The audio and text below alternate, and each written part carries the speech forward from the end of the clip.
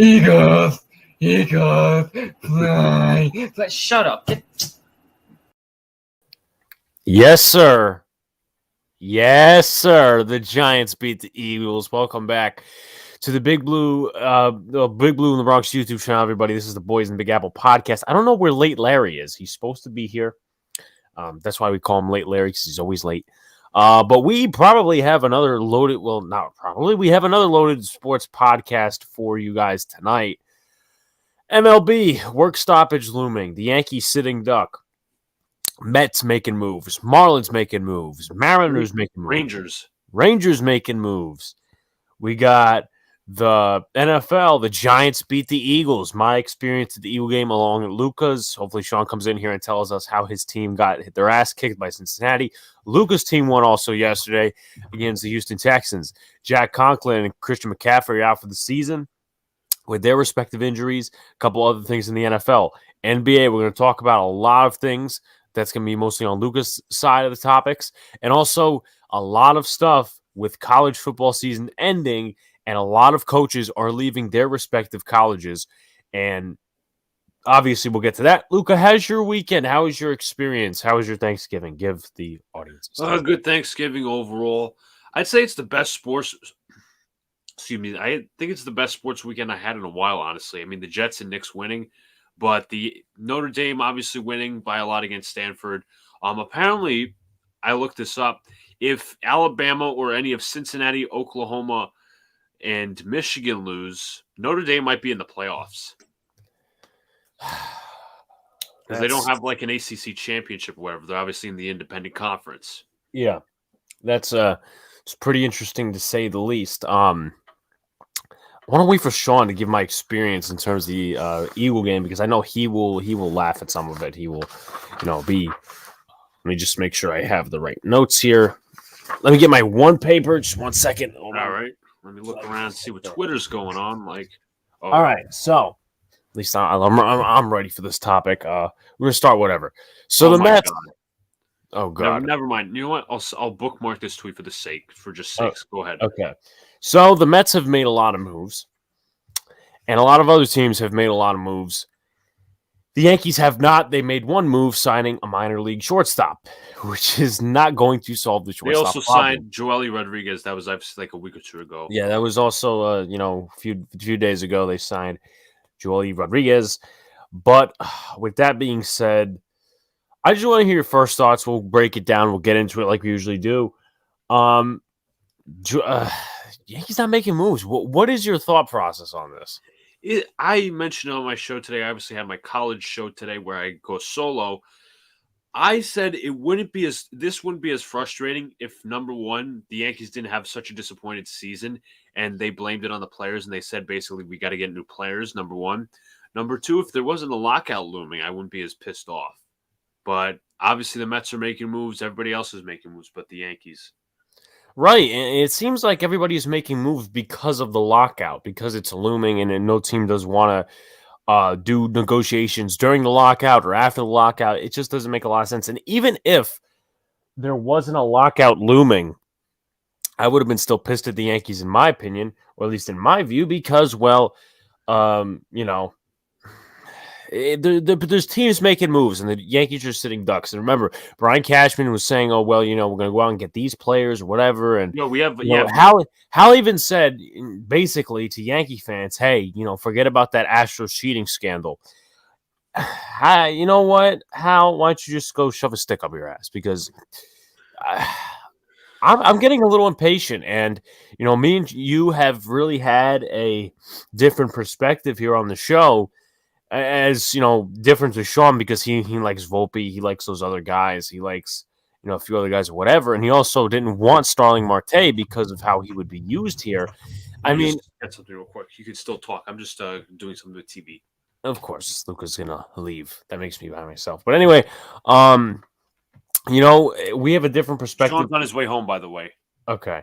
But with that being said, it just makes it tough. It just makes it tough to totally believe these guys year after year after year, possibly running it back with Gary Sanchez and Aaron Hicks. I can't fathom that. I don't know that I could fight. I could just fathom that. It's going to be really frustrating for this team if they run it back with those guys. And I'm not told. Also, Alex, also state the reason why they're doing it. We didn't get Marte. Jacob Stallings got traded to the Marlins for 2 top 30 prospects. You're Right, telling me because they're not willing to give up. And Pete top Cincinnati prospects. has said this in one of his live streams. I think Sean might have the same mentality as well. You know, the Yankees are planning as like if they're trying to win down the line. But it doesn't make any sense. It really doesn't, because you might as well just pack it in if you're not going to sit here and make moves.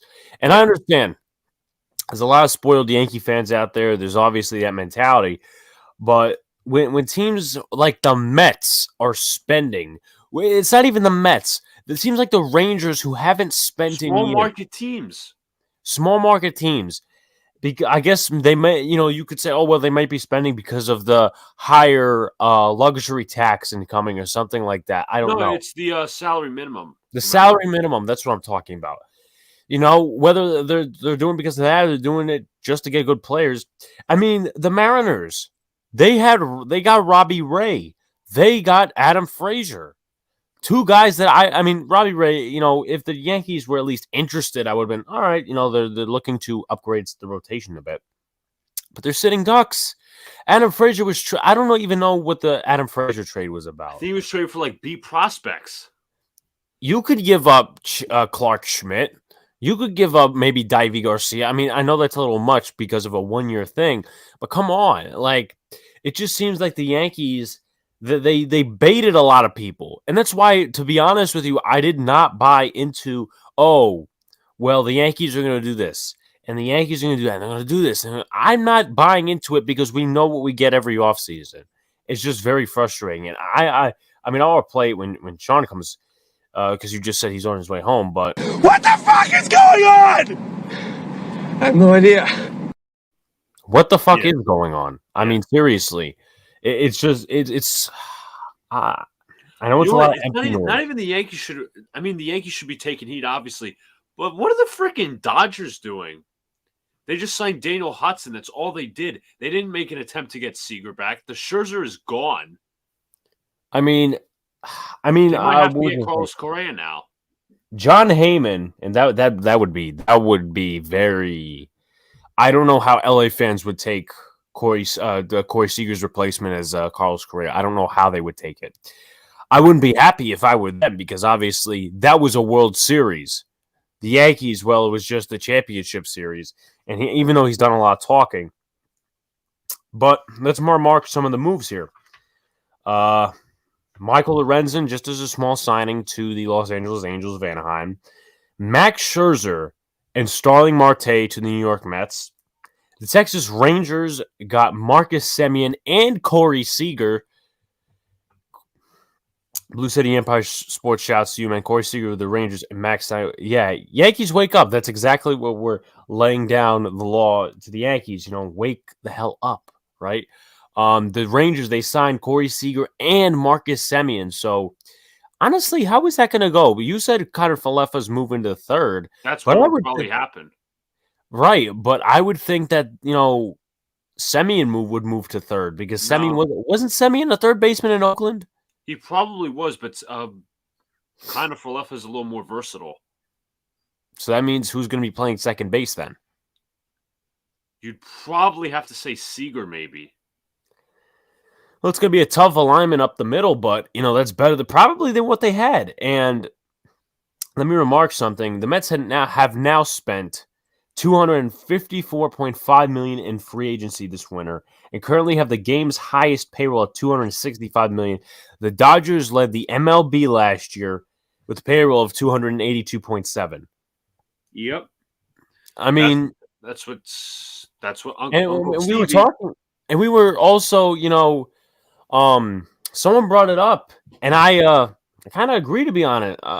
Be honest with you, Hal Steinbrenner voted to lower that luxury tax or the salary minimum or whatever the hell it was. He's cheap. He's a cheap bastard. He really is. And then, people got, don't give me that Gary Sanchez thing. I will pull up the clip. I will pull up the clip. I will pull up the thing. no need to bring back Gary Sanchez. Absolutely not. How can you live with him as your catcher? Is it not too late to get Didi Gregorius back, or is there a chance Oswaldo Peraza plays for the Yankees in the majors? Here's how I go about it, because Carlos Correa, he's still on the market. Javi Baez is right now configuring a deal, apparently, according to the media, with the Mets. So your biggest fish is Carlos Correa, and let's be honest, Luca. If they do get Carlos Correa, that's not the offseason. They have to fix. You cannot live off that. You cannot live off that. If Yankee fans say, "Oh, we're going to go to the World Series now," I will crack some heads open, because you're setting yourself up for failure just as a fan. Oh, we got Carlos Correa. We were a shortstop. Remember, we were a shortstop away. No, you were not a shortstop away. The Yankees are a couple pieces away. Let's be honest, Alex. It's every year, and I think that now. Obviously, there's other teams. It works out for them. It doesn't work out for them. Whatever. It's like the Yankees just in general. I'm not going to pull up other teams.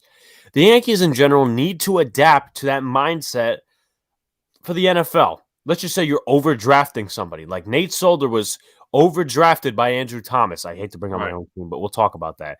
How many times this guy has been drafted over this guy? How many times this guy signed over this guy? Nobody's waiting 2-3 years just to run it back. Aaron Hicks, you know what? Yeah, he's hitting 250 right now in the Dominican League. Well, guess what, folks? A couple days ago, Aaron Hicks was hitting 194 in the Dominican League. That's not even the point. Guy can't even stay healthy. He has a 7-year contract. How much is left on that? I'm gonna check how many years. Obviously, it doesn't make any sense to me that a lot of these people coming out here and saying, "Well, Starling Marte is 33 years old." Really.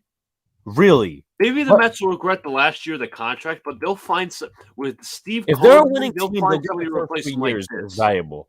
The first 3 years of that contract will be valuable. It doesn't make any sense. It really doesn't.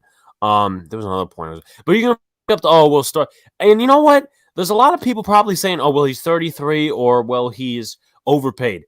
Well, he's a starting center fielder. He's a starting outfielder. He's versatile. He has speed. He stays healthy. He's got 47 bases this year, Alex. He's got a big body. He's got a lot of other qualities that the Yankees need. He can field. Exactly. What are you getting with Aaron Hicks? So let's stop the fucking hype videos of, Hicks in the Dominican League. There was a couple of plays that could be taken with context that Aaron Hicks actually got. With the one diving play he made in center field, apparently he looked like he was out of shape. Apparently the center fielder, he hit a ball to the gap or something like that. The outfield didn't look like he had the range to get it or something like that. Because he doesn't play that often because he's so injured. But no, let's give him a 7-year, $70 million extension. Right. And, I know you were tell us about the argument you were having with that guy on Twitter. Yeah, I was basically going at it with somebody because I was talking about how, Hal doesn't want to spend money. And then somebody's like, "Oh, what's your source?" I'm like, Pete Simonetti, amongst others, said this. And he's like, "Oh, he's not reliable." When Hal Steinbrenner literally voted for a lower. That's how numb and stupid these people are. I'm telling you right now, Alex, these type of Yankee fans are letting the Yankees get away with what they get away with because they go to the stadium and they get those $20 chicken buckets and their beers. It's tourists. I'm sorry. I'm not going to apologize, but I apologize. It's tourists. If these wannabe Yankee fans, I know the team. No, the hell you do not know the team. But it's, people, and the people out here ripping, Yankee fans are saying that they're not going to go to the stadium in 2000. Who cares? It's not you. Who cares? Let them do what they want, honestly. Let them do what they want. Let them do it. That's like, in a situation, it's like Giant fans who want to believe in Daniel Jones. I'll let them do that because obviously that's their thing. I'm not going to, if you got facts at the table, I don't got a problem with that. But my point is, why would you want to support this team? It's not playing the standard. And a lot of people have laughed at the accusation of, the Yankees are going to finish in fourth place in the division. A lot of people have laughed at that and said, that's not true. The Rays, they look like a team that's going to be, similar or the same next Austin's year. back. The Blue Jays. They extended Barrios. What else they do? Kevin Gausman. They just signed Kevin Gausman, who's coming off a great year with the San Francisco Giants. By the way, Alex Cobb did sign his contract with the San Francisco Giants, so it looks like they're going to have another strong year in the pitching aspect. But then people saying, oh, well, the Blue Jays don't have a bullpen. So they got the rest of the offseason, but at least they started making moves. What's up, boys? I need like 40 from Lockett tonight. Jesus Christ, my dude. Also hyped about Waka to the Sox. Yankees will most certainly stink until Boone gets fired or quits, as I do believe in DJ quarterback. Listen, obviously he's coming off, it's not a great game. It's not a terrible game. He made some mistakes. He did enough to win. I was at the game live, but obviously Yankee fans know, or at least true Yankee fans know, it goes way beyond Aaron Boone. The Yankees are not making moves right now. It's not happening. There's no Yankees are interested in this guy or this guy. They weren't. It seemed like they weren't. They're trying to manufacture some trades. Who are you trading for at shortstop? Who are you trading for at catcher? Would you trade for Isaiah Connor for Leffa? What position? You said he's versatile, so he plays middle infield, I guess? He could do third. He could do short, second. If he's a better defender than Glaber, sure. But when there's big fish, and I know I'll piss Sean off with this one. If there's big fish like Carlos Correa on the market, why would you miss out? Why? Because you're not willing to spend the money? How many times have we heard the phrase, well, Hal's not going to get another big contract because he's faithful in Aaron Judge? You know what? I like Aaron Judge. I love Aaron Judge. He's one of my favorite players on the Yankees. You can lock him up, and you could get another player too. It's about improving your team. And unfortunately, Hal Steinbrenner has no concept of reality. There's no pride. Right. He's got no pride. It's unbelievable. It's really unbelievable. He's got no pride. He's nothing like his father. And I obviously got those Met fans comparing George Steinbrenner to Steve Cohen. I'm not going to say that. But you know what? Steve Cohen's making moves. We complained 2 weeks ago or a couple of days ago about, the Steven Matz incident. Well, you know what? He's signing players. He signed Max Scherzer. It's like Steven Matz's agent pissed off Steve Cohen to where he's going to go spend now. Exactly. And obviously, Mets aren't done. They have to fill out the back end of the rotation. They have to fill out other stuff. Right. And it's I know it's a lot of empty noise, but it's really frustrating. It really is. And then I was going to the point about the Mets, something like the Mets. There was that obviously rumor that's, Max Scherzer doesn't want to play in New York. Money meets money's the money's money. Money talks. Money talks. So, all this bull, and maybe $43 million a year is not something I want to pay a starting pitcher of his caliber at this point in the career. Maybe that. But then again, when you compare that to what the Yankees wanted to do, and when they wanted to offer Justin Verlander $25 million a year. Scherzer, I could get on that page because, you overpay in free agency, and Scherzer, he just, finished off some durability issues, but for right now, he's freaking elite. Yeah. He's still pitching. Justin Verlander had not pitched in 2 years. Justin Verlander had not pitched in 2 years, and the Yankees offered him $25 million. It's not even to the point. The Yankees weren't even in discussions with Ray or Max Scherzer. Do you think Oswaldo Peraza from the Yankees minor league will be in the run? At this point, I don't know, because I don't know if it's Correa or bust. And don't give me Trevor Story. A lot of people, coming out here for Trevor. I don't want Trevor Story because I feel like he has durability issues. I feel like he can't stay on the field. Yeah, he may be a great fielder, this, that, and the other thing, whatever, but he can't stay on the field. What's the biggest problem with the Yankees besides offense? They can't stay on the field. And it's funny because the beat media wants to there are people out there that want to validate Andrelton Simmons to the Yankees. I swear to God. I swear to God. I remember seeing Lindsay Adler tweet, watch out, the Yankees fans are panicking.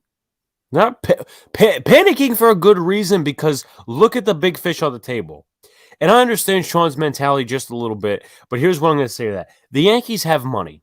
And I understand this is not the big era of, oh, well, it's free agency. The Yankees do have to build from within. And I think that's, That's a relevant obviously, point. that's something that I've really missed on in the last couple of years.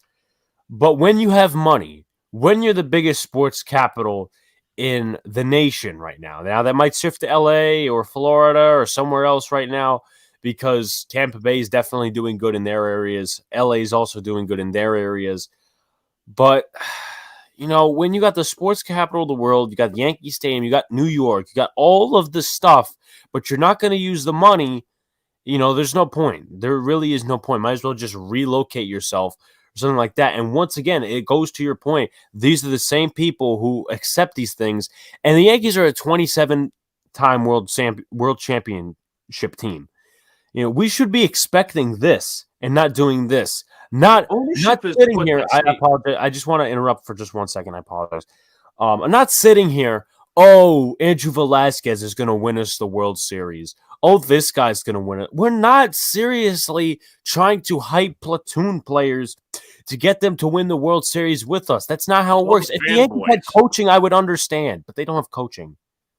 It's the fanboys out there. And ownership put the precedent out there. It's World Series or bust. They have the roster. Well, they really don't, but they have their flaws. You can upgrade those flaws in the offseason. This is why it's a big offseason for Cashman and all of them. You could spend a lot of money. There's tons of free agents out there you can get. And the Yankees aren't doing that. They're just sitting on their hands, waiting for something to happen. And even if you didn't want Robbie Ray or this guy or Corey Seager, at least for the Yankees, show some freaking interest. Like, seriously.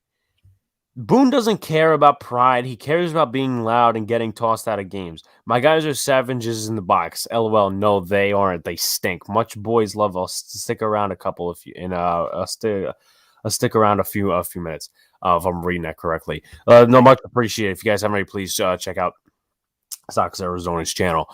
But man, when it's once again, I know it's a lot of empty noise, and it seems like, other than the last few episodes, we come on here, we complain about the Yankees. No matter if the Giants win, the Jets win, this team wins, that team wins, the Knicks win, do whatever, But I do want to send out a few reminders just before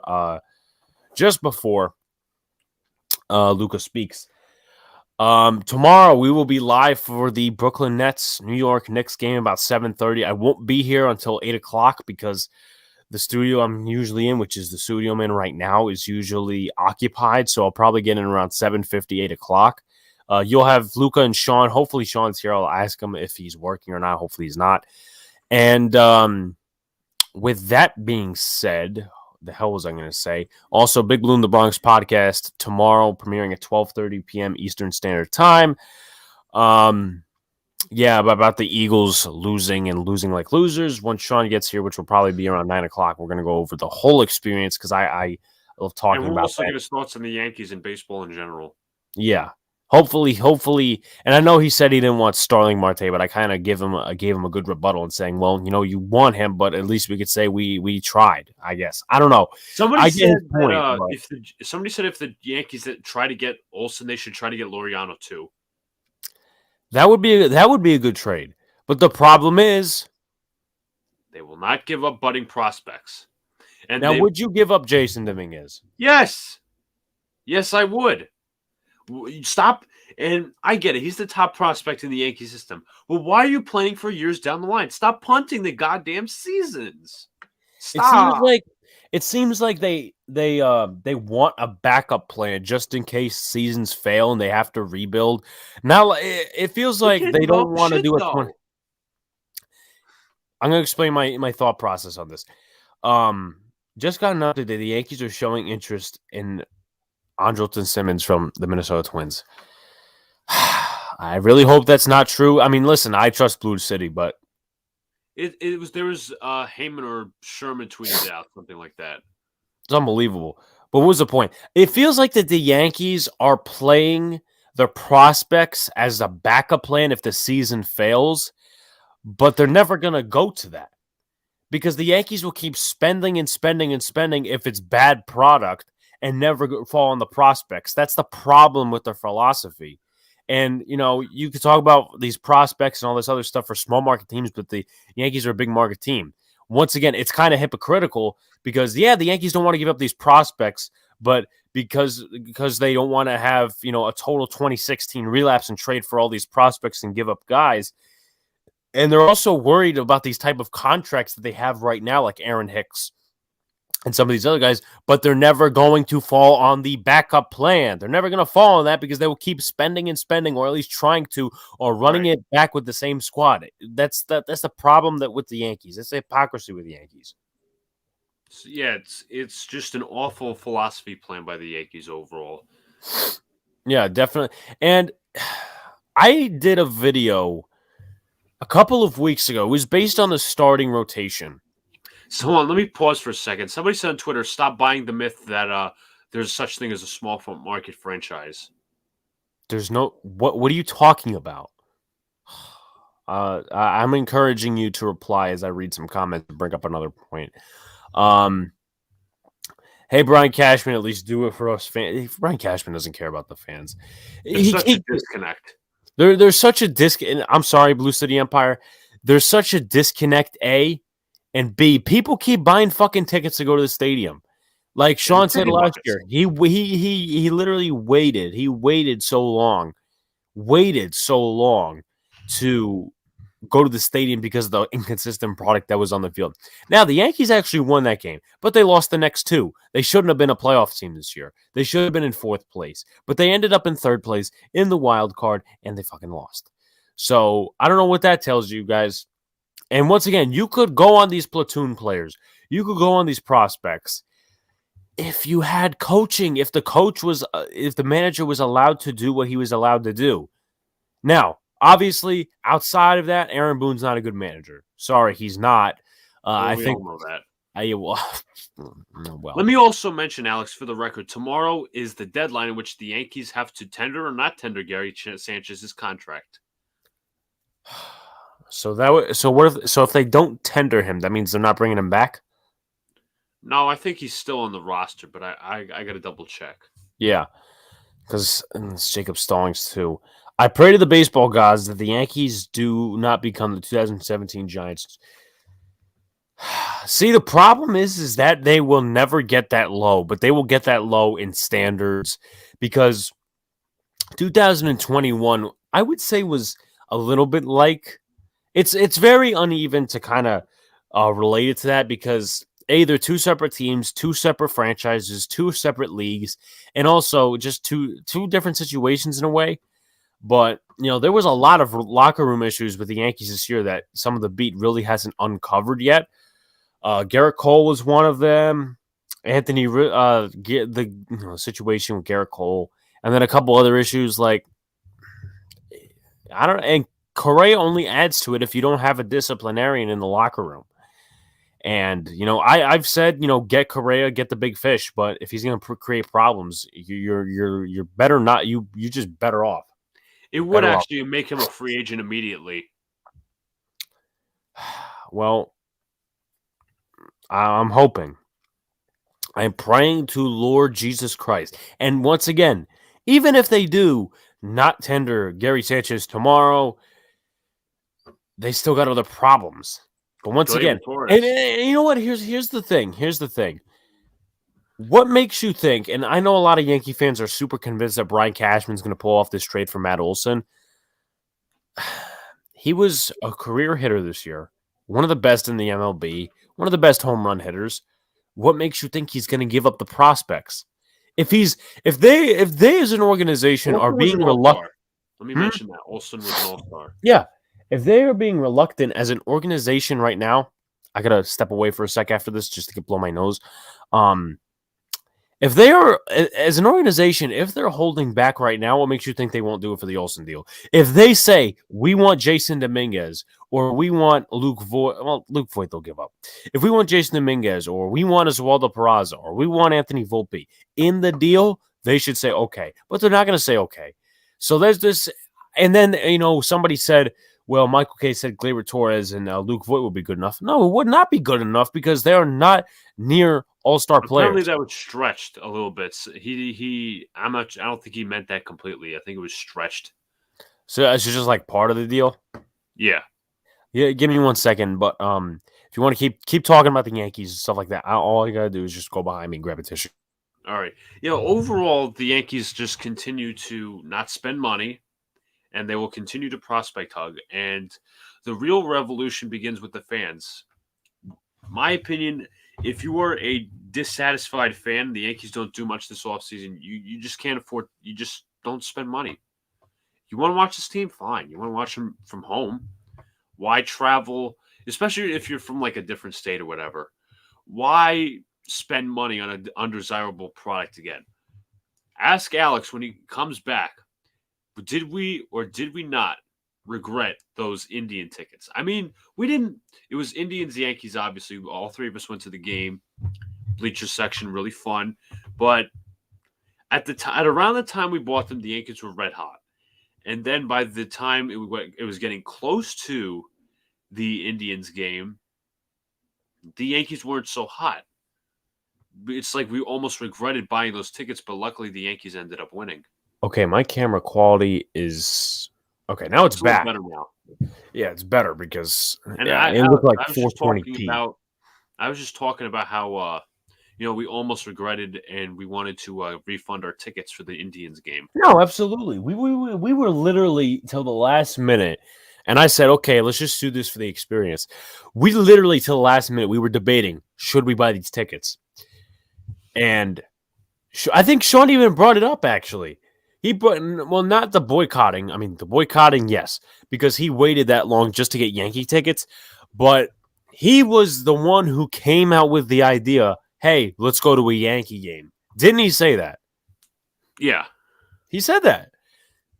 And we didn't go to a game from June something. I think it was like June 28th to September 3rd. September 3rd was a birthday gift.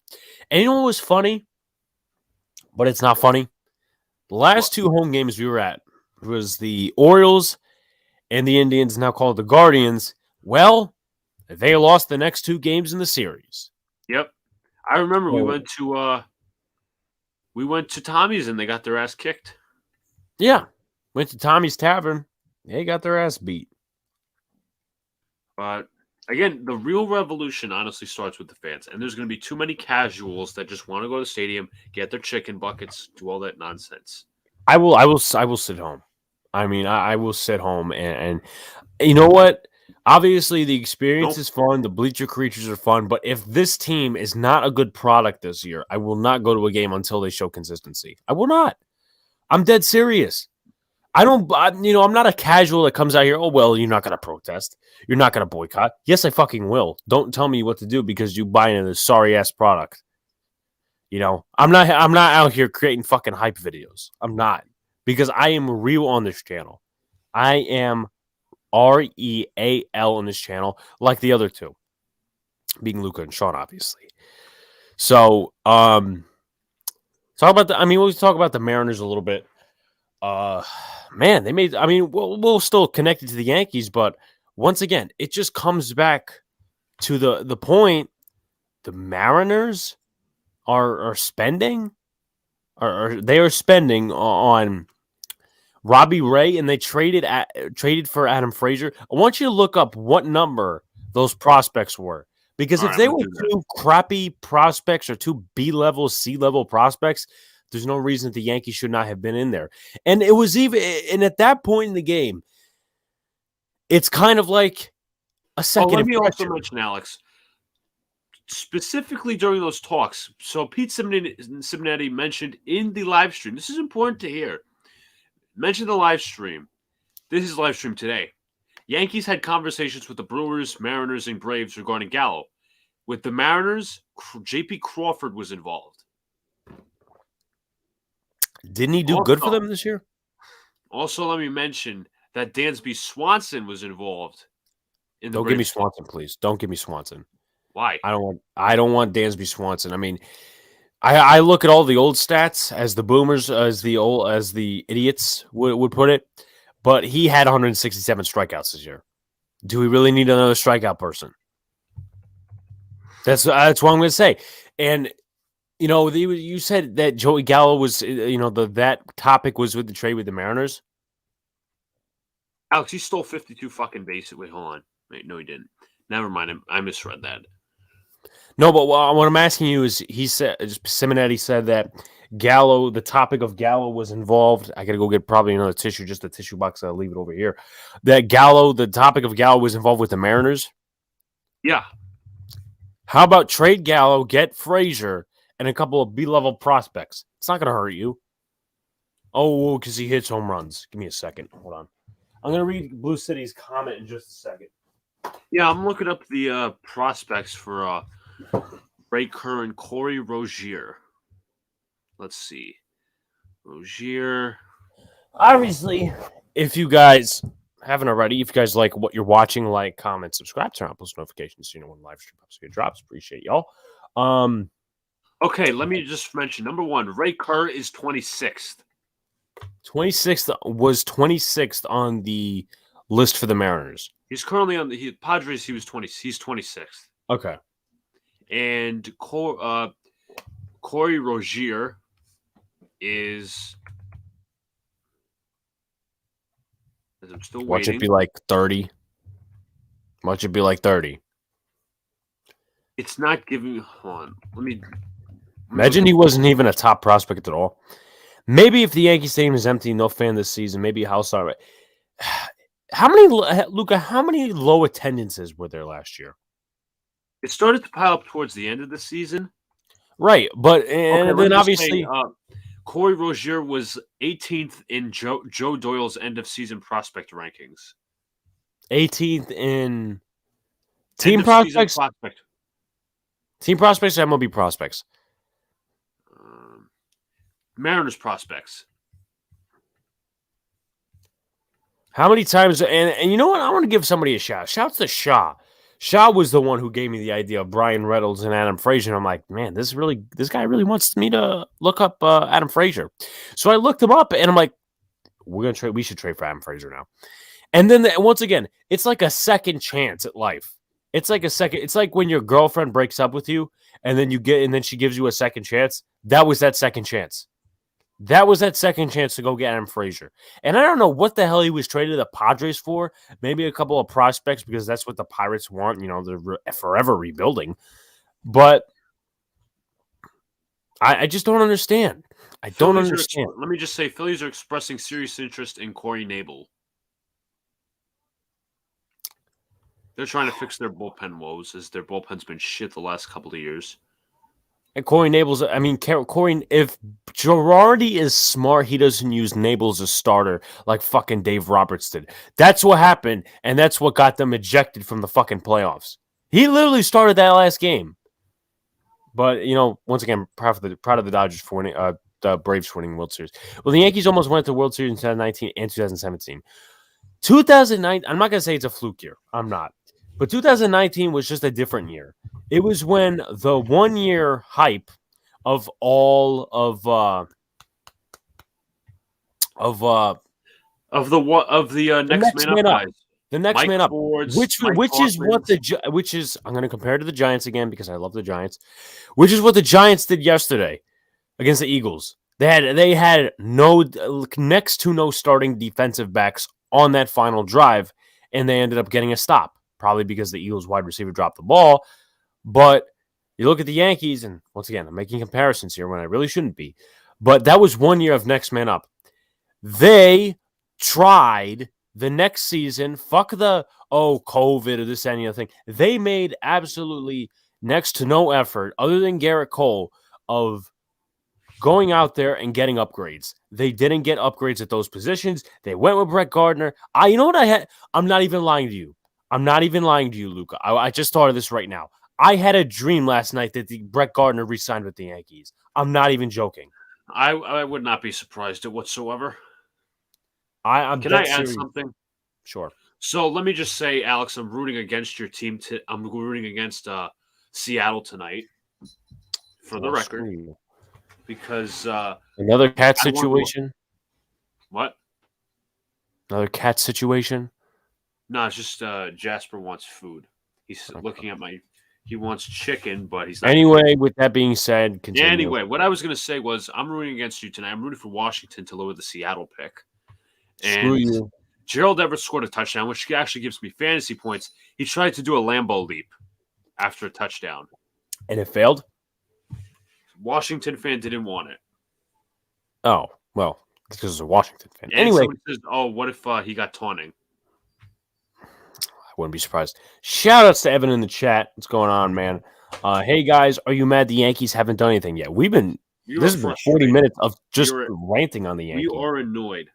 So I just got an update from the New York Post. The Yankees front office are split on the Gary possibly looming. Gary leaving. This front. See, here's the problem. Time out. Are we going to be like the fucking New York Giants in this aspect? And I will compare it again. The last couple of years, the Giants have been so split on certain decisions. There was some tension in the front office, just in the boardroom last year, because of Jason Garrett staying. There was that other side that wanted Jason Garrett gone. So my question is this. Why in the hell are these teams, and this doesn't even have to be Yankees or Giants or whoever, why are some of these teams waiting so long until they get severe damage to pull the trigger? Why? You bought the books, you bought the groceries on Gary Sanchez. The best thing you could do is trade him to the National League and get some type of return, whether it's prospect, as a catcher, whatever. Hopefully there is a role for him, and that be DH. That's the only thing you can do, because if you trade him to a team like the Brewers that probably needs a DH, no. Yeah. Let me ask a question though. I don't know if I remember which team he signed with. Which team did Nelson Cruz sign with? Didn't he sign a mega deal? I believe he's still with free agent, but I'll double check for you. Because I feel like I don't know. Anyway, he's a free agent. Okay, because I feel like I was about to say something, but I was about to be wrong. But I was talking about Gary. Okay. I was talking about because he can't play the field. I'm sorry. Can I say something? So I obviously told you the argument. I was with this guy with Dennis because he's like, oh, with the hair on fire approach. He goes, it is hair on fire because you're getting all panicked over a bad year. I guess you're like 16 or something. There will be a lot of bad years. They're a 100-win team. Everyone has an average season. Torres is 24 years old. To say he's done is ridiculous. Do me a favor. I'll nothing too personal, but share your screen because I feel like there's one guy at least that there's it's not a bot account, but it's like one of them, computer warrior accounts. Because I want to see. Let me see.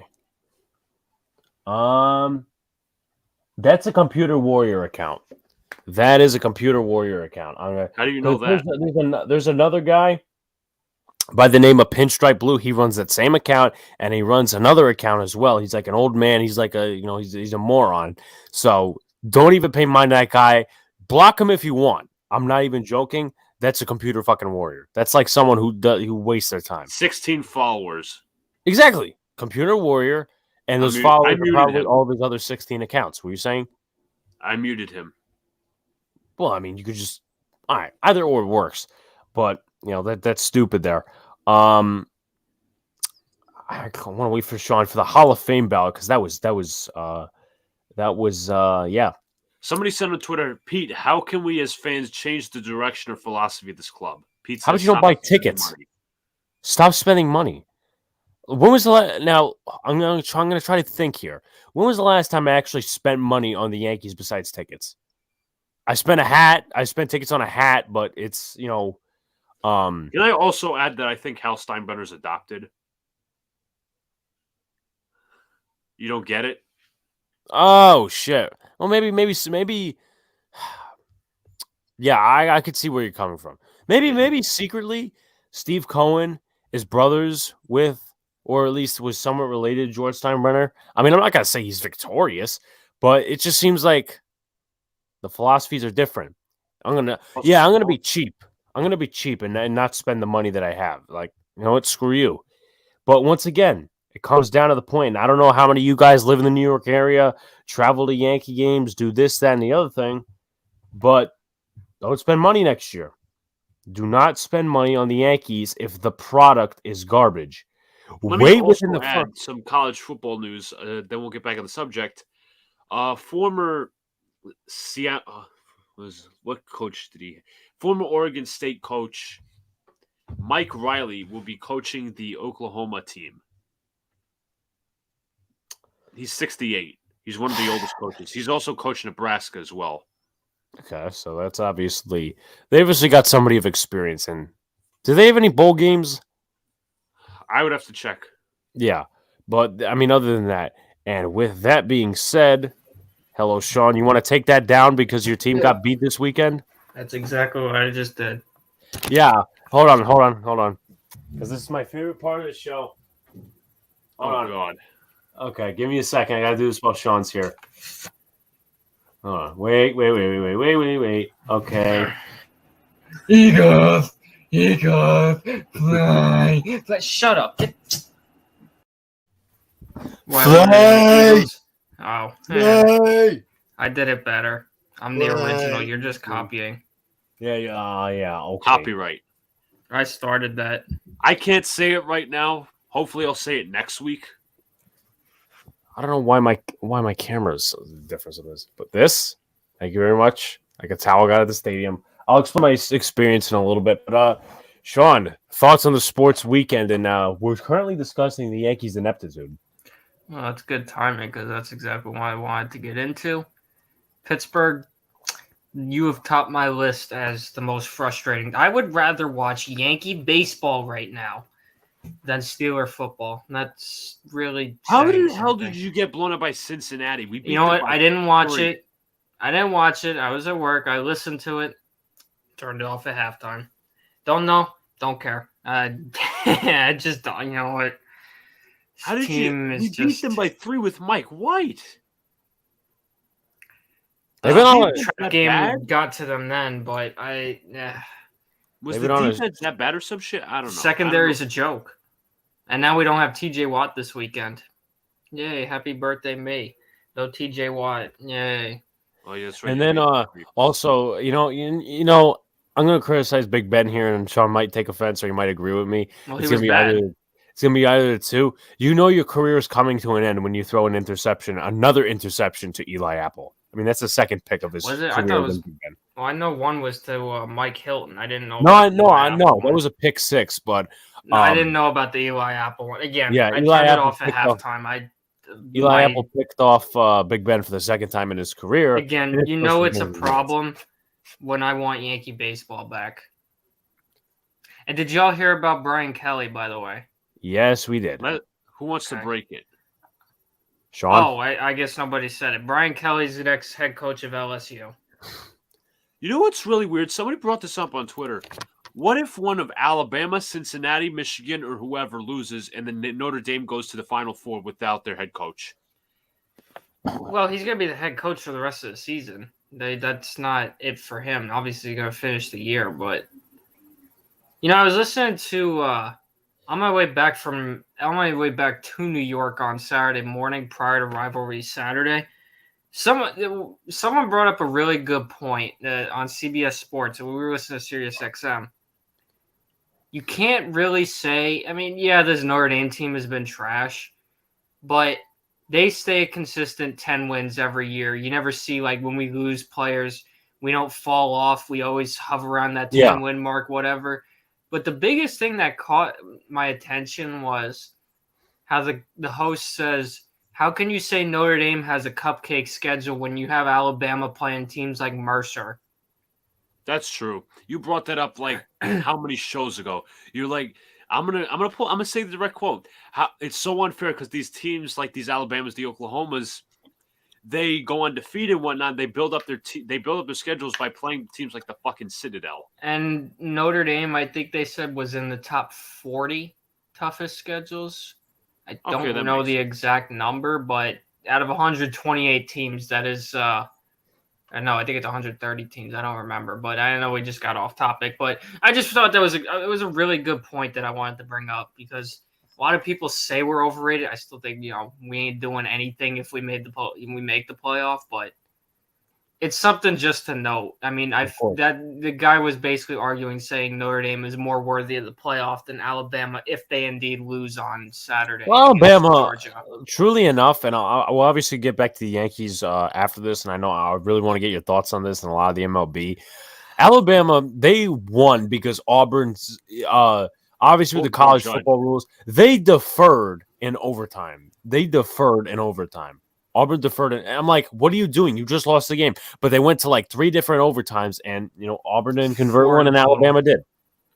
I'll just say though, it was a great day for football on Saturday. The whole definitely. weekend was just amazing. I watched football just about every day on this weekend, with the exception of yesterday. But college football was just amazing this weekend.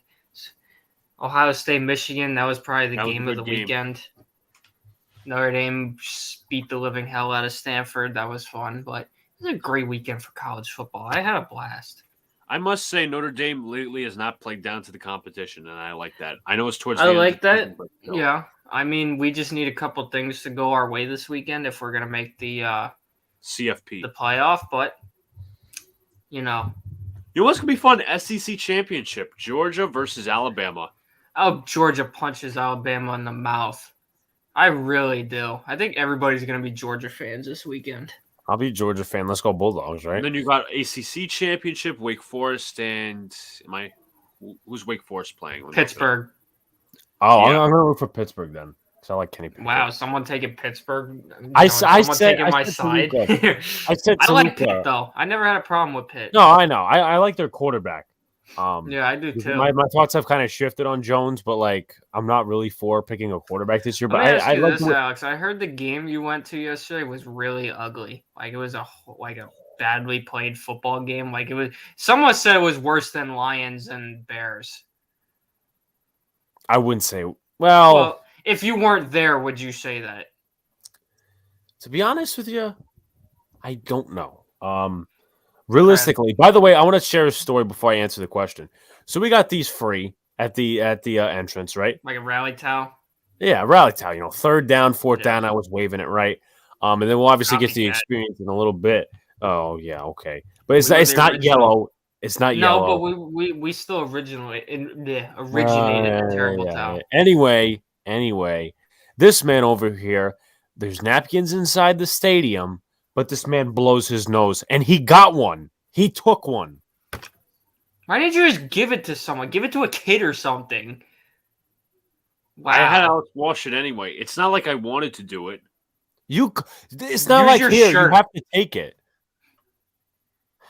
I said when. I don't even think I could have done that. I would have given. I would have. You know what I would have done? I would have saved it and then given it as a gift to somebody. I know I have too many Giants fans in my life. Yeah, I said to Luke, next time we come to a Jets game and there's some towel, I'm blowing my nose in it. That's just. You're not going to the Saints game, so. No, I know I'm not going to the Saints game. But Sean, how about them Yanks? Yeah. Oh my God. And I literally just said I'd rather watch Yankee baseball, but they've really frustrated me today.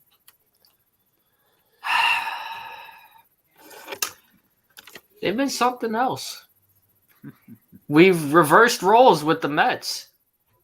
We literally have reversed roles with the Mets. Now, I said prior to this offseason, I didn't want any of these shortstops. I'd rather build with Peraza, I think his name is. I'm having a brain fart. Yeah, Oswald Peraza. Yeah, but they haven't even tried. Like, it feels like they haven't even tried. They have done nothing. No Seager? No, nothing. No Seager. The Texas Rangers got Semien and Seager. Yeah, the Rangers are trying to buy a championship, obviously. My biggest thing with this offseason so far, what's with the massive overpays? Everyone has been overpaid. I'm sorry. Everybody has been overpaid. Is Seager worth $325 million? Honestly, I don't. He's a great player. Not $325 million great. And that's not good for teams like the Yankees, like the Braves, who need to make big signings still. Well, per the Yankee standard. The Dodgers, That's not good for them because now Correa is going to be wanting a hell of a lot more. You know, Correa's regularly asking for $500,000 because he thinks he's worth that, even though he's not. Oh, the Braves, how they gonna afford Freddie Freeman now? He's gonna be asking for like $200 million. It's the value's crazy. gone way up, and it's now. I really think it's because of this salary minimum. Not that I wanted it to happen, but now teams are forced to. Can we spend. talk a minute about this proposal? Sure. That playoff proposal. Wow, I am really tired today. Did you tell them about this or no? No. Okay, hold on. I'll read it. I have it saved. Yeah, Sean loves the work stoppage, everybody. I haven't talked about the work stoppage. This proposal is just brain dead. Okay. So we've already talked about this once before, about a year ago. We'll read it again. Proposal. 14 teams, 7 from each league. I'll read through each one. You say whether you like or dislike. 7 teams per league. I'm not a fan of it, but it's not bad, but it's not as bad as the others. Yeah. I don't hate it because of the fact that we have seen over the last couple of years 90 plus win teams not make the postseason. I don't hate that, Luca. Yeah, I could say the same. Next one, best record in the AL and NL get a bye. I'll break more of it down to give you more background. Remaining division winners, being the 2 and 3 seeds, get to pick their wild card opponents. I hate the choosing opponents. You play. That's a gimmick. Is this WWE? Is this AEW? Do I got to go through this rant again? I challenge Luca for a shot at the title. This isn't wrestling. That's not how this works. Because chances are, either you're gonna have a team. 2 and 3, the 2 and 3 seeds either be in over their head and say, "Oh, I want the best team available," or they're going to pick the cupcake schedule so they can make it easier. I'm not even going to go that much further. It's I don't ridiculous. understand why they want to do this choosing teams operation. It sounds like wrestling. It's a gimmick. It really does. And then the highest seeded teams host all 3 wild card games. I wouldn't be fair. I wouldn't do the hosting of all 3. I kind of see why though. Like you do it throughout the whole season advantage thing, but I'm kind of 2 than 1. I'm iffy on that. I'm iffy on it. The whole thing just sounds like one big gimmick. I'm sorry, it just does. Making really baseball and the fucking wrestling. Somebody put out on Twitter, people aren't seriously floating the idea of a Yankees boycott, like a bunch of angry tweets and a few less chicken buckets sold will make Hal flinch. Are they? As I said before, I'll say it again, and we have all had experience within the last year.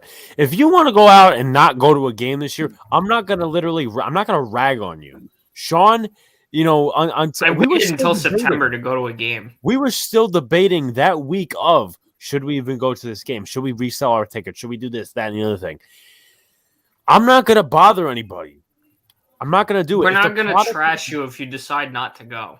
Yeah, if the product is not there, you know, but it does not get to Hal. It does not get to Brian Cashman. It doesn't get to those guys because you still got the people going, the fanboys and the hype trains of Andrew Velasquez and all this stuff. Like, stop. Like, you can critique them. Meanwhile, you're making hype videos for Tyler Wade. I can't believe how many people are actually upset he's gone. What did he do good for this team? I didn't know he was Jesus Christ. Literally Jesus Christ himself. As Luca takes a munch, you know. I didn't bite into it yet. I just had a steak and I'm still starving. I ate steak this afternoon. But I had Brothers this afternoon. That pizza's so good. Yeah. I talked about this with Luke. I'm going to say it again. How about Adam Frazier to the Mariners? How about just everybody in general not going to, you know, Gary Sanchez, we could have got rid of him. How'd that turn out? Because they're holding on to prospects. Jacob Starling. And you know what works even better? Obviously, I don't know anything about Jorge Alfaro. They're trying to trade him down to Miami, but they just re-signed Sandy Alcantara, and then they trade for Stallings. I'll say this, and my friend brought this up earlier when we were talking about this. It almost feels like minor league development doesn't exist anymore. That's a When good you- point. Because you got like 3 levels. Yeah, well, they destroyed they completely butchered and destroyed the minor leagues, first of all. But not even that, not just that, but we're not. It just feels like these teams, if you're not a small market team, if you're a big market team, you're not even concerned about what your minor league farm system looks like. Or you Yeah, just 'cause you completely buy it. abandon it. Like, the Rangers, they've just like, okay, this is taking too long. Let's go out and spend $200-something million on three players. It's weird with them because obviously Unless they they did consider actually developing their players along with Marcus Semien and a Corey Seager and a John Gray. I just question, why do you give Semien 7 years when he's in his 30s, isn't he? He's 32. He's going to be Yeah. 39 by the end of the contract. That's If they get a good insanity. if they get a good couple of years, I wouldn't blame them. And obviously free agency in any sport is an overpay. You could look at different signings. The Scherzer one was an overpay, but the Yankees and also there was Sean. Remember there was that narrative.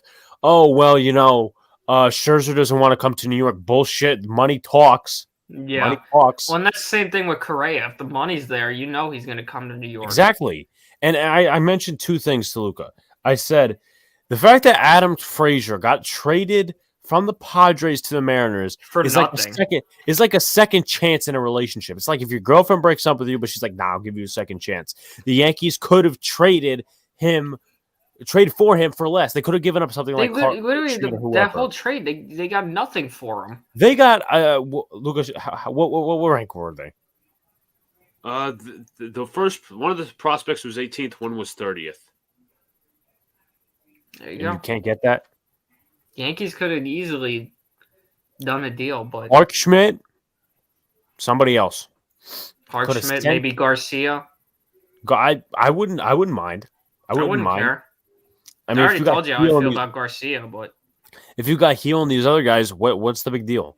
And here's another thing that I brought up. The Yankees, in my opinion, why they're so stranglehold on these prospects but not signing anybody is because they're so inept in the way of they don't know what direction they want to go in. Exactly. We don't want 2026. Excuse me. We don't want 2026. That was 10. 2026. No, I got it confused because a lot of people are saying the Yankees are trying to act like they're going to win in 2026. Meanwhile, they should be focused on now. People are trying to. No, the Yankees are trying to not have another 2016, where in that case, they would be trying to get the best prospects out there, trying to revitalize their farm system. Meanwhile, that's never a plan they're going to fall back on because they're either trying to spend or not trying to spend and trying to run it back with the same team they currently have. So that mindset does not work.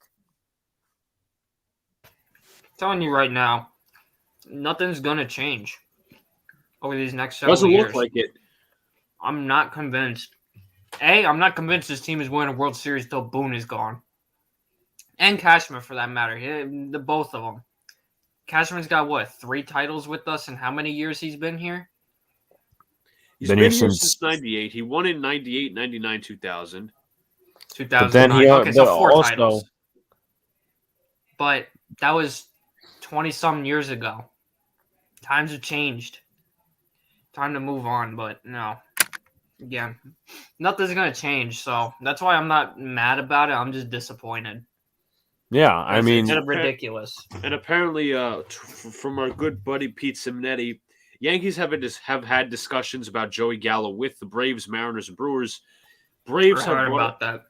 Braves- should have traded Gallo for you know what? No, because they just acquired him. That'd be stupid. But you could have traded Gallo to the Padres unless they're somewhat rebuilding or something like that. But why would you give up Braves- Frazier? I just don't understand. The Braves have brought up Dansby Swanson in conversations, and the Mariners brought up J.P. Crawford in conversations. There's I a would lot not- of people I've noticed that are very unhappy with the fact that the Yankees could be just settling for Andrelton Simmons. No, go It doesn't if you get- get and obviously we have some different viewpoints on here. If Correa is not a jackass, I would somewhat be down for signing him. In terms of the aggressiveness of just going out there getting the big fish. Because if the big fish is there, the Yankees have this money. If you're showing aggressiveness, because right now it looks like, it's Correa story or bust. Yeah. I don't want Story because I don't think he's durable. He's not Story's durable. Trevor's Story is Joey Gallo 2.0. It's not just that he can't stay on the field. He cannot stay on the field. He's injured, And then we got reports today. Oh, the Rockies are interested in him again. What? They can't choose either, rebuild or not. Trevor Story clearly showed that he doesn't want to be there anymore. Even if and some of these guys right now. And some of these guys, you could say, well, maybe I didn't want them. But the problem is, at least for the Yankees, show some interest. Robbie Ray, did we all say that we wanted him as our top priority? No. A lot of Yankee fans did, but... Did we say we needed some upgrade to the pitching rotation in ways? Possibly. But at least show interest that you're bullpen help. I know. And at least show interest that you're being aggressive. What reports have said that the Yankees are interested in this guy and this guy? All I've seen is interested in Simmons. I don't remember. There was another name too, but it wasn't like significant. And they made one move. They made two moves actually. They signed Julio Rodriguez and they signed Jose Peraza to a minor league deal. That's our shortstop of the future, guys. Yep. Might as well start up the hype videos, start up the bandwagon trains. Oh yeah, let's go Jose Peraza. Get the fuck out of here with that shit. And I'm just gonna make a point with this. And also Javi Baez, by the way, is probably likely signing back with the Mets. Which is interesting. He's probably only doing that now because of the pieces they got. Let me say this. Scherzer's a good signing, obviously. But they were hyping up, obviously, Marte, not a bad signing. I like that signing, too. Who are the other two guys? Escobar and Mark Canna? Is that the other two signings? Yeah. Those two, why are we hyping them two up? They're not, Escobar, they're not bad, but... I like the Canna signing. I think it's something you could build off of. I don't know. Mets fans already crowned themselves World Series. I tell you what, there was an off-season championship. The Mets would win it every year. I'm not convinced this team is doing this. The Mets go 82 and 80. No, what did your favorite guy DR say, Luca? DR? Twitter geek. DR. Okay, yeah. The initials are DR. What did he say about the Mets or something like that? I have no idea. Oh, come on, Luca. Sometimes he's just so unhelpful. What did Dan Rourke say about the Mets? He's like, he doesn't understand why the Yankee fans are jealous of the Mets. Nobody's jealous of the Mets. No, it's not being jealous of the Mets as a culture. It's being jealous of actually what they're doing.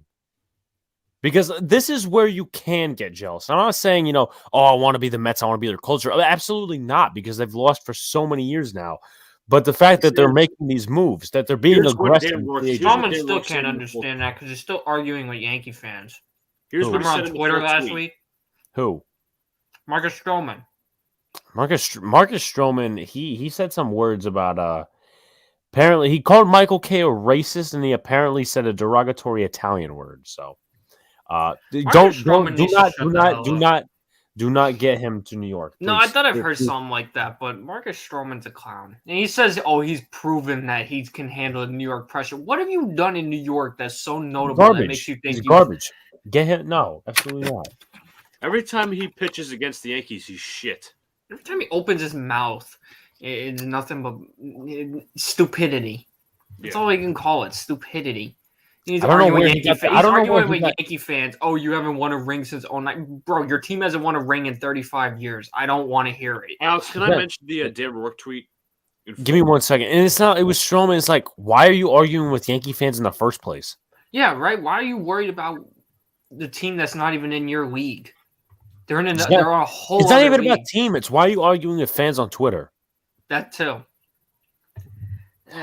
Luca, go ahead. Rent free. I've never seen a team live so rent free in someone's head, especially when they're not even in the same league as you. Right. Let me just say, Dan Rourke tweeted, "I'll never understand a Yankee fan being jealous, spiteful of the Mets. They mean literally nothing to us unless we both make the World Series, which is why I will always root for their success. Be upset that we have yet to spend any money, not that a team in another league got better." Some of that tweet made. What was that like second to last sentence? They mean literally nothing to us Before unless that, we both make the World Series, which is why I will always root for their success. root for the. First of all, why would you root for another team's success? Why would you root for your arch rival, no less? Our It's second most hated It's team. New York. I'm not rooting. I'm not sitting This here. isn't the friendly Midwest where everybody likes each other. See, here's the thing. A lot of people, they really don't feel the New York rivalry. Excuse me. Christian Atena, he said right now his second favorite team, if he had one, would be the Jets. Now, here's where I could point it out. He is a sensible person, and he makes sensible takes. He does everything sensible. I don't feel that Dan Rourke is, because he all that Andrew Velasquez is winning the World Series. No, get the hell out of here. Let me say this about just New York fans in general that people that maybe don't live in the city understand. New Yorkers have to debate each other over everything. What am I talking about here? Which boroughs Pizza are better? Places. Which boroughs are better? Which place has the best bagels? Which place has the best pizza? Which borough has the best lifestyle? Which borough has the best teams? Exactly.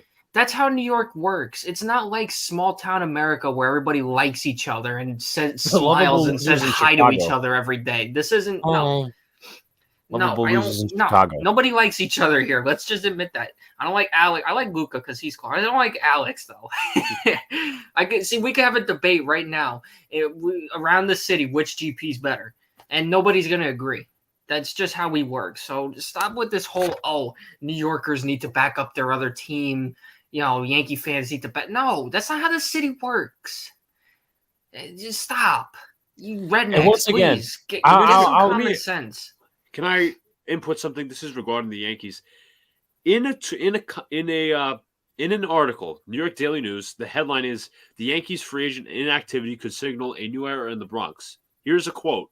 There is still plenty of time left in the offseason for Cashman to change his perception, but recent events signal a new age in the Bronx. The Yankees are no longer trying to outspend everybody. Rather, Cashman is in outthink everybody mode. Outthink everybody? How? Yeah, just like when they tried to outthink the Rays in Game 2. That was funny. He's got 2 days. He's got 2 days because we all know what's going to happen. Please share that tweet by John Heyman or whoever it was, Luca, please. Okay, so let me first of all, Jake Simone of the Jets Way podcast says Rex Ryan would make a great college head coach. No. Get the hell out of here. No. You know what? We would go. How many games are there in a college season? What, 11? 12. He'd go 1-12. He'd go like 2-12. Beat Stanford, beat USC. That's it. Sean, let me add. What do you think of a possible MLB draft lottery? No. It doesn't work for this type of MLB for one reason. You got a big farm system. So what difference is it going to make? And you're not going to see these guys for a couple of years. It takes years for remember the new minor leagues, it's a little, now it could only take as little as 4 years, but regardless, I don't think it makes sense. If anything, I could see why they would do it because you already see they're anti-tanking. They're like, make the small markets spend more because they totally can do that. They're literally it doesn't make any sense because they're backwards. literally going around the puddle. They're literally it's like trying to figure out what's the problem. Meanwhile, you know what the problem is. It's literally that. MLB's just backwards right now. It doesn't make any sense. And I want to say this just real quickly before Luca goes. I was in a stream on Saturday. I was just supporting some other content creators because there's this guy Joel. He does a 8-hour college football stream, and we were talking about how he gave up on baseball after the '94 strike. Wait, what does he do? Like a red zone type of thing? Just just a general college football and hang out. We didn't do it for an NFL Sunday. Yeah. So he was talking about how he used to be an Orioles fan because he used to watch guys like Eddie Murray. He lives in Rochester, I believe. He used to watch guys like Eddie Murray, and when they were Rochester Red Wings were for Cal Ripken, and he watched the strike of '81, and then when they got to '94, he said, "Fuck it, I'm done with the MLB." And the other guy on his panel, well, I don't think he's a big baseball guy. He's a big football guy, obviously. Big Pat's like, yeah, the MLB seems like the most unorganized out of all the sports. I'm like, just a little. Yeah, big facts. Luca, go ahead. So Mark, Embarrassing. I'm going to share 2 tweets. Mark Feinsand says, why the crazy rush of deals this weekend? Multiple executives believe that if deals are not agreed to by tomorrow night, it's unlikely they can get completed with physicals, language, etc. by Wednesday night when the CBA is set to expire. Could be a crazy 24 hours. Important tweet. John Heyman tweeted 2 hours ago, CBA talks have begun in Dallas, but the word is December 2nd lockout is a certainty. There is set to be that's probably why we have such a big rush of players getting signed, because they want to secure the bag before they're locked out of their offices for the next 6 months. They want to get it done now. There is said to be incremental movement. Hold on, let me keep going. Alex, I haven't finished the tweet. Shut up. Yeah, There's Alex. to be incremental movement, but not nearly enough progress. The sides have not talked too much about core economic issues today. 2 days to go, but basically no hope to avoid one work stoppage. Happy birthday, me. No baseball. Happy birthday, Sean. Here, you're not going to have baseball next year. And one of our followers says, why don't they postpone the lockout?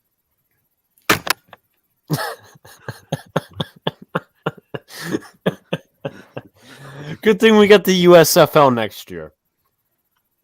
Man. Yeah, what? So that can get shut down too? Oh yeah, I can't wait. I don't like any of the teams really. I like their names. There's I'll root for another Jersey team, the Generals. I don't like Jersey though. Somebody said that on Twitter. I think it was Portnoy that LSU is a better program than Notre Dame is. It's more attractive, obviously. Well, LSU's accomplished more, but I think Notre Dame overall and all time has had more success. But I would have to go back in history with that shit. But as I said, going back to that MLB argument, like with the New York thing, I give Entertain a pass because he's actually a nice person. He doesn't try to fucking. Yeah, he's a respectable human being, you know. Exactly, like yesterday. He's not me. I don't have respect for the rivals. No. I mean, I'm in the aspect of, well, and it's bias. Obviously, you guys can sniff that out. I'm not even denying that. Where you have Entertainer, he is basically the peacekeeper between some content creators and all this other stuff, and he's generally a nice guy. Meanwhile, Dan Rourke doesn't want to give up his sources with Austin Wells and stuff like that. Like, that's I look at the New York sports. I look at just any interstate rivals like this.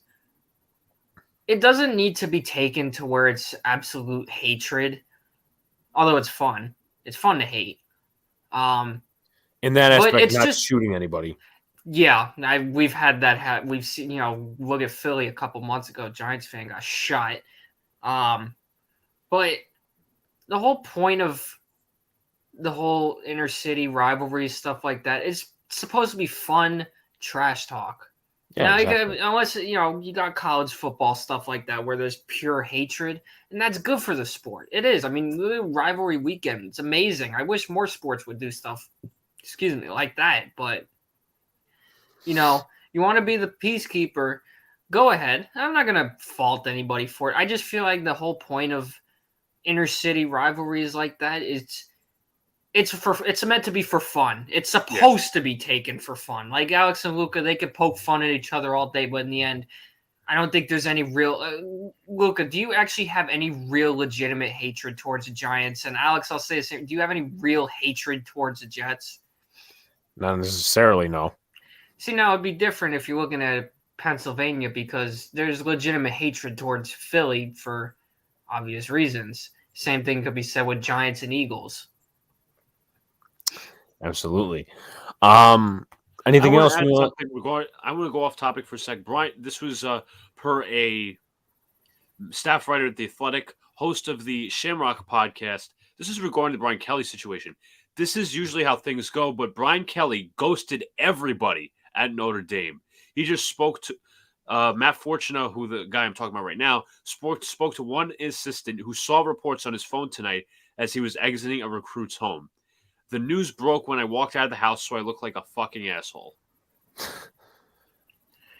I tell you what, though, it really came out of nowhere. Like, I was literally glancing at my phone on the bus, and I saw like, what? Yeah.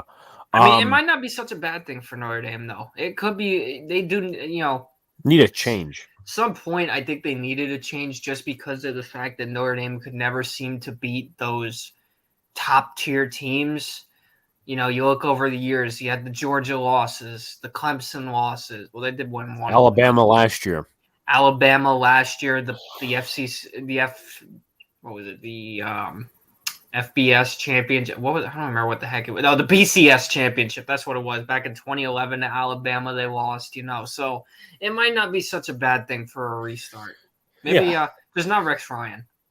Yeah. No, absolutely not. No Urban Meyer either. So let me just say this. I'm gonna stop sharing for a second so I could give context. So there's a writer, and I got extremely fucking pissed at this ballot because there's a lot of bias that goes into it. You can say controversies. One guy I'm going to bring up is Curt Schilling.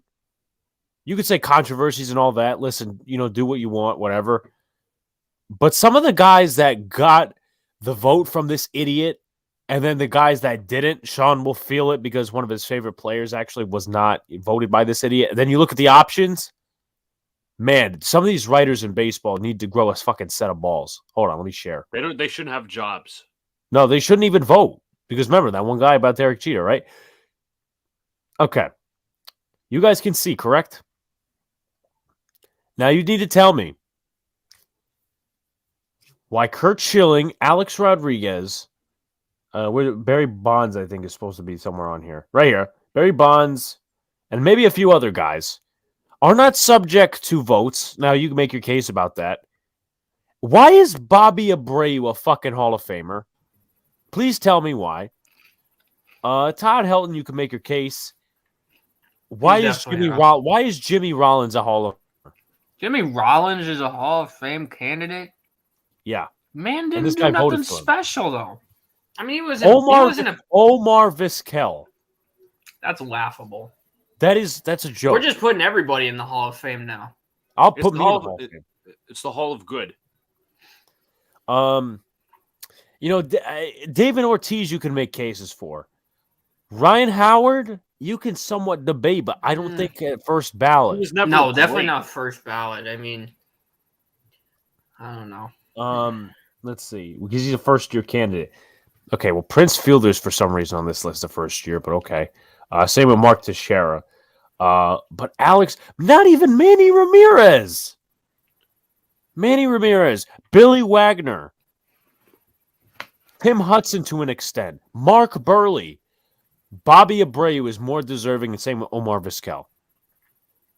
I don't understand. It's just it shows again MLB's dysfunction. Does it not? Okay. So, I want to present a few things before we actually talk about my experience. If we got anything else to cover on the MLB aspect? Not really. I think we hit everything. Okay. Let me ask you guys this. How long, as a prediction, like a serious prediction, how long do you think this lockout lasts? I don't want to make that prediction. I was joking with my friend before. I said that the MLBPA and the MLB's association is more divided than Republicans and Democrats right now. That's how bad it is. I'm sorry. It just is. Like, there's no agreeing between either of them because they'd rather be right.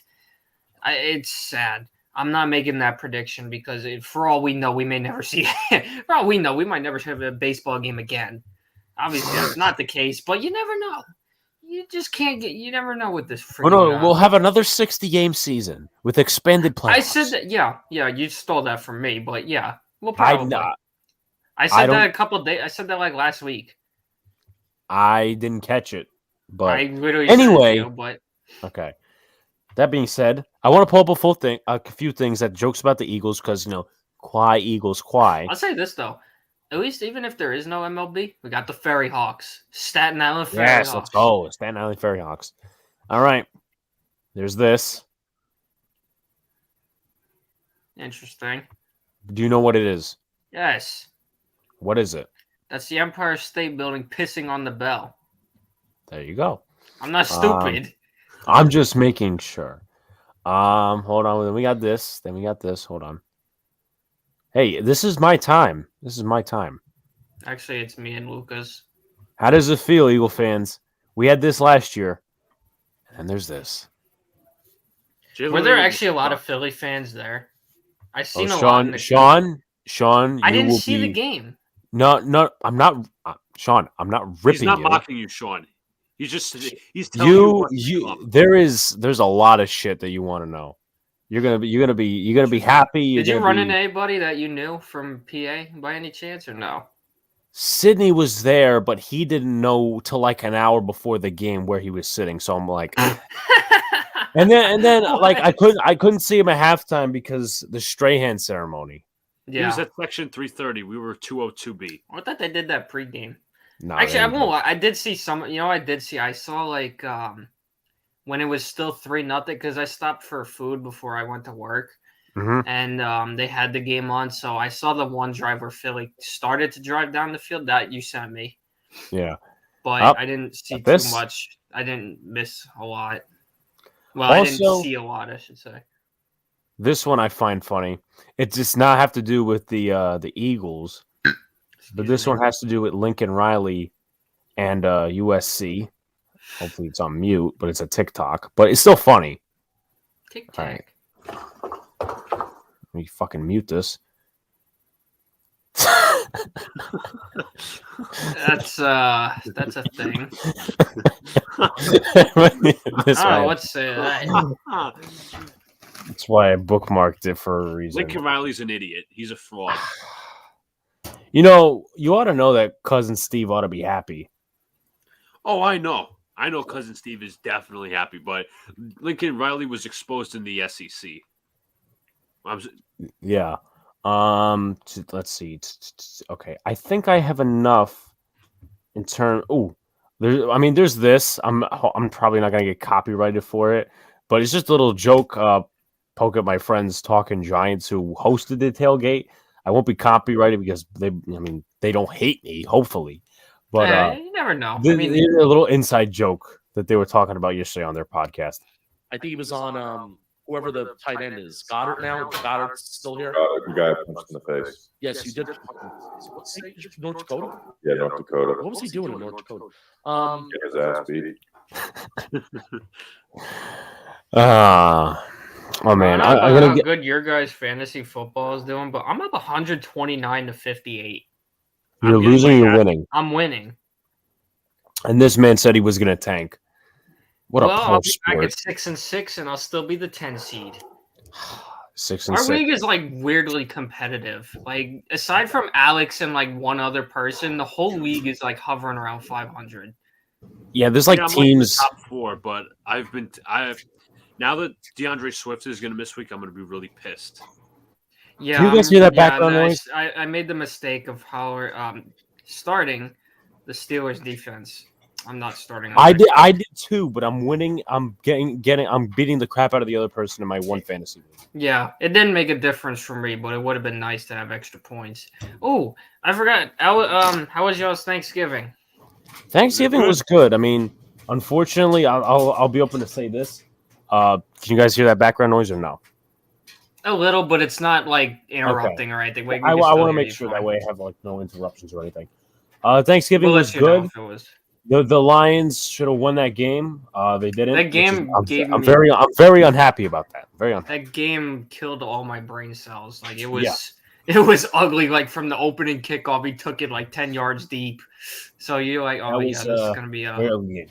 Unfortunately, no mashed potatoes at Thanksgiving, but but the turkey was good. The celebration was good. It was all good. The game that night, freaking Saints got their ass kicked. Honestly, I'll be honest. I really didn't pay too much attention to that one. I was more interested in Mississippi State. Also, the Raider game was good. That was a good game. The referees really were. A lot of people weren't too happy about that, but they were consistent. They were consistent. You guys admit to that. Like there was no favoritism, as much as Dallas cannot accept that for some reason. Now you're gonna go to now he's gonna go to the league office. There's been a ref problem for how many years now?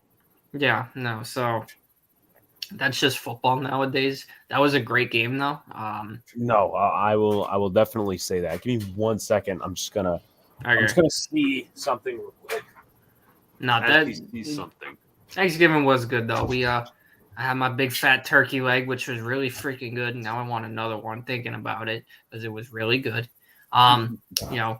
We don't go like overly crazy with the sides like a lot of people do because it was just me, my parents, and my cousin. So we just did, we did our wings. We did like our finger food like type stuff, like game day type snacks before the dinner. We had wings, stuff like that. Mozzarella sticks, crackers, stuff like that. Snacks, prior. Then we had we had our turkey and I think there was mashed potatoes and mac and cheese. That was about it. Like I said, we don't, and our bread, obviously. We don't go too crazy with the sides like a lot of people do. And you know what the best part was after my turkey, like I was still eating. I think I had about another dozen wings after. That sounds like you. It was really I had a blast. Okay. And you know what's amazing? Since I have moved, I lost 10 pounds despite all the food I eat. I don't know how. In what way? In life don't make sense to me. Nothing makes sense. So, obviously, Luca went to the game. I went to the game. What's my experience? I'm gonna overhaul it with this. One of the best sporting events I've ever been to, and that goes a lot. I'm gonna give Sean a heads up. I did get into a verbal argument. I'm an Eagle fan. Yes, I did. You're not in We prison? both did. We both, yep. Let me tell you something. The Eagle fans, they got once the clock hit zeros, they didn't A little talk. salty. Yeah. So I said we gotta go to Philly. Yeah, get shot. They get two to so. But Actually, I'm gonna highlight my day. I will discuss this tomorrow on the Big Blue in the Bronx podcast, but I don't care to repeat myself. I will repeat myself. It's funny. I'll headline my whole experience, even if you find it somewhat disgusting. At least the first part. So we got to the city around 7:40. We took the train there, and 34th Street Herald Square was actually closer to the tunnel. So we said, yeah, you know what? Why don't we get off there? So I actually had to use the bathroom for some reason, like, not the number one. I'm like, oh god damn, I didn't what I didn't I didn't get this feeling I didn't get this feeling at home. Why am I getting it now? So I had to go to like 4 different stores. It's because you knew he was about to get jumped by Philly fans. This was in Manhattan. Yeah, well, they could have been staying in Manhattan. They'd be stupid if they stayed in Manhattan, but Now I was not scared of Eagle fans, trust me. But anyway, so 4 different stores, got into the Uber, got to MetLife Stadium around 8:25, tailgated for about 4 hours. It was really fun.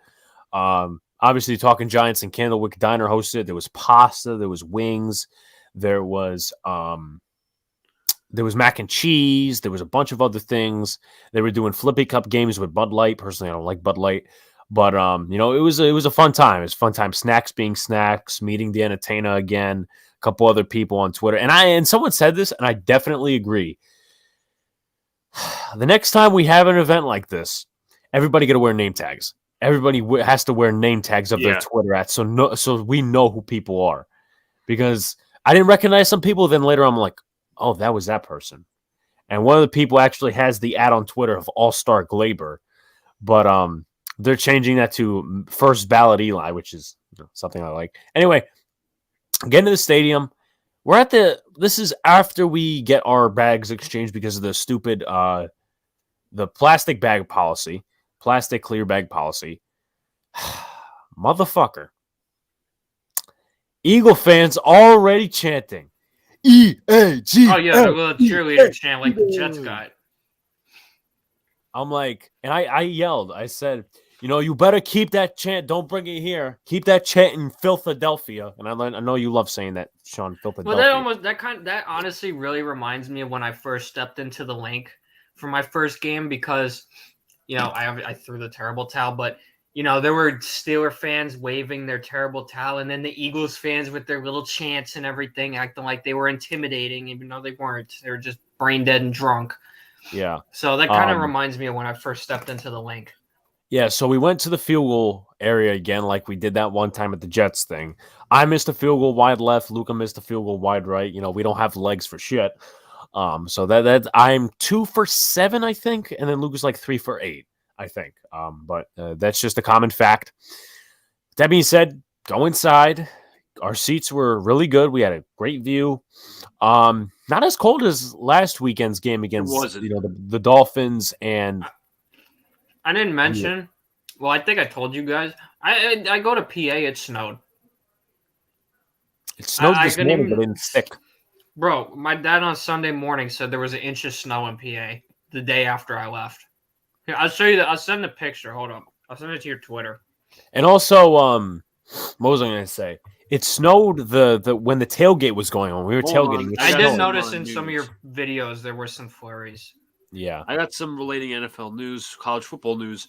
Notre Dame has named Cliff Kingsbury as one of the possible replacements for Kelly. Now, what makes you now? Hold on, that's stupid. That's stupid because here's what makes you think he's leaving Arizona. B. Cliff Kingsbury had under 500 records. What was it, at Texas Tech? Yeah. Yep. I don't understand why Notre Dame would want him, but whatever the case may be.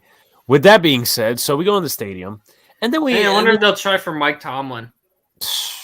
Yeah, he's gonna answer questions about that. Question: what was the Eagle? Oh yeah, we got to get to that, of course. So, we had this yapper behind us. This yapper. Was yapping. He even criticized Luca because Luca checked in on the Jets game a couple of times on my phone and even criticized him for it. I'm like, okay. I was lucky I this didn't punch him in the face. This guy's yapping.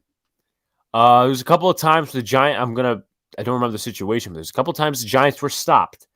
Whether it was on third down or they didn't do something. I know one right. of the times was the Graham Ganomis field goal. Graham Ganomis field goal. Momentum change. The Eagles going to score here. Let's go. And then you also had some Eagle fans doing the EAGLES Eagles chant. And also we had a drunk Eagle fan in the section next to us that was getting booed because she was a bimbo holding up her Bud Light. Eagles, yeah, get the hell out of here. So with that, and then when Jalen Hurts threw his 3 interceptions and the fumble happened, the Eagle fan was silent. Also, he said at the beginning of the game, he said 2 things. He said, "Oh, the Giants PA announcer is so monotone. He sucks." Like that's you're gonna rip the team about that. What do they even mean? Like, what do you like just say? he's He's excited or not excited? Like, yeah. And then he said, I think it was after halftime, and the Giants were on the field, and they were like playing some highlights. I think it was during a timeout. He's like, "Oh, they have to take highlights from a decade ago because they ain't got nothing recent." I'm and like, Philly yeah, does aside from their one Super Bowl. Wow, the fluke. Yeah, exactly. So, get to one of the most interesting parts. Giants fans pre-reacted a little bit. They kind of prematurely celebrated just a tad bit because, yes, they were doing the Eagles flap. They were mocking the Eagles, but the Giants gave the Eagles the ball back because they played prevent offense and draining clock without actually getting a first down. So Eagles got the ball back with about a minute to go, no timeouts. I noticed And- that. I looked at my phone. I saw that. Yeah. And then Eagles trail down the field. Jalen Reagor drops the game-winning pass. And as soon as that happened, the guy behind us, he left so darted. quickly. I started doing this. I started like, doing "Bye." that. I'm like, bye, Eagles, bye. I started You should mocking have just them. started chanting, "Fuck the Eagles. Eagles suck." Whatever. Yeah. Okay. I was considering doing a "fuck the Cowboys" chant or Cowboys suck chant, but like, nah, the Cowboys are rooting for us. Plus, Yeah, but then this- again, too, you'd be uniting with Philly. Do you exactly, really want to do exactly. I'm like, nah, I don't want to do it. They deserve what they got. So obviously, down the escalator, also someone was like singing the Eagles chant, but they were saying your cheesesteaks suck. It was funny. I thought it was funny. And then I think a Giants fan approached Luca because the Jets face the Eagles next week, and he gave his thoughts. He's like, "Yeah, the Eagles aren't that hard to beat. They make it seem harder, but it's not." Yeah, so remember most all that false hope going? I had my friend, the Eagles fan, texting me like, "Oh, get ready, the Eagles are coming. You just don't, just wait. Just wait." I haven't heard from him since. Yeah, Giants. Let's go Giants. Anyway, we get to the most important part, the best part. And I wasn't angry, but I was just, hey, don't was talk fired shit. up. Yeah, I was fired up. So some of the things I don't remember what I said, but anyway, so we're going to the plastic bag station, whatever. There's a Cowboys fan in front of us. He's got a Zeke jersey. And when I've told people this story, people are like, why is a Cowboys fan at a Giant Eagle game? I said, I'm guessing because they have to root for the Giants to keep their playoff hopes alive and all this other stuff. So these two guys are walking in the opposite direction of that Cowboys fan who was in front of us. And they're like, ew, Cowboys suck. They're trash. What are you doing here? And this is Eagle fans. Remember, the same team that got blown out on Monday Night Football by the Cowboys. And the Giants also got blown out by the Cowboys. So no team has rights to talk. But the Cowboy fans and the Washington football fans were rooting for the Giants to win, in which they won. So then, you listening, Sean? Yeah, I'm listening. I'm just adjusting. Yes. So, here comes the moment. That same Eagle fan comes up to me, points at my jacket, has the Giants logo. Poverty franchise. Oh, Was this guy drunk? He sounds drunk. I think he was stoned. He was more salty. He was stoned or salty. One of the two S's, right? All you got to say then, Alex, is look at who has more rings. And you want to talk about poverty franchise. I mean, I talked about rings. I started cursing at him, and people started looking at me. I didn't care. So I said, shut the fuck up. So what are some of the other things I said? And this isn't for clicks. This isn't making up. I actually said half the shit I'm actually saying right now. You only said half of this? No, I mean, some of the stuff I can't remember, to be honest with you, because I was in that mode. And I'm like, yeah, shut the fuck up. Look at what just happened. Throw the fucking record away, bitch. Take your ass to your poverty-ass city, Philadelphia, fucking bitch. See, if the Steelers didn't get blown out on Sunday, I would have been more than happy to be there just to argue with Eagles fans. And then I forgot some of the other shit I said, but I was cursing at him, calling, and I said, yeah, you want some fucking salt on your New York pretzel, bitch? So, that was, I mean, as I said, I forgot some of the stuff that I said, but it was fun. And then I got my bags. We got on the shuttle, and it took over an hour for just an 18-minute ride because of traffic. But you should have stayed and partied. That's what we would have done. But I what was I gonna say? I took the shuttle, took a nap on the bus, and then went home. Luca, what was some of the stuff that you said to the Eagle fan? I said, shut the fuck up. Look what just happened. The Jets are gonna kick your fucking ass next week. I hope you're right. I honestly do, because I've never been more motivated. I've never been more motivated. I want. You know what's sad? There's probably more Eagles to beat fans. The goddamn Eagles. You know, there's probably more Eagles fans next week than there was this week. This is definitely possible, but the Jets do have, some good attendances. But they all have three of us. Next week. No, I'm not doubting that. If you put Hurts in a passing situation, you can win. But the thing is that you take care of our bullshit, we take care of your bullshit, because we face the Dolphins. Dolphins. So it's like y'all got to agree for a change. Yes, Luca, we have to agree for that. But overall, pinky swear. Shake hands. Alex, go all the way upstairs and shake his hand. Yes, I got to go upstairs. Yeah, there we go. Question, what did Eagle fans do? Some of them just went to go get food. Some of them went to go get food at halftime. Obviously, it was a very fun ceremony. It was a good ceremony because I got to pick it up on the right side, stomped them out.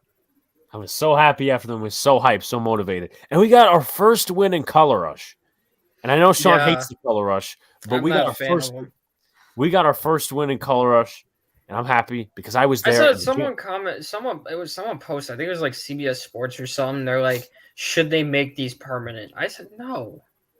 I don't even think Giants fans will want that because they haven't won in them yet. 1-6, 1-7 in Color Rush. Yeah. So we would. I mean, it's more throwback. Yeah. Would it change the way we're playing right now? No, because it'd be the same, realistically and respectfully. But also, I'm 3-0 when I go to Giants games. So let's go Giants. Yeah. I'm 1-0 at Steeler games. So me and Alex are on the undefeated train. I thought you 2-0. All right, hopefully. No, I've only been to one. My dad was at the other game. I was. Oh yeah. Hopefully the Jets beat the Saints in 2 weeks.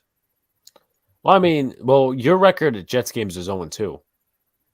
Yeah, rip. But I would love for this panel to have everything to say to Eagle fans. I would love for it. I don't think before I look at this, I don't think we're beating them next month because it's in Philly and we never close it out in Philly for some fucking reason. Whether it's not handing the ball off to Saquon enough, a game-winning field goal, game-winning touchdown, whatever. Also, the tight end that made the touchdown against the Eagles from the Giants practice squad, he's from Philadelphia, and he's an Eagles fan. Yeah, Chris Myrick. I'm gonna pull up the catch. This is catch of the week. I'm telling you right now. This is catch of the week.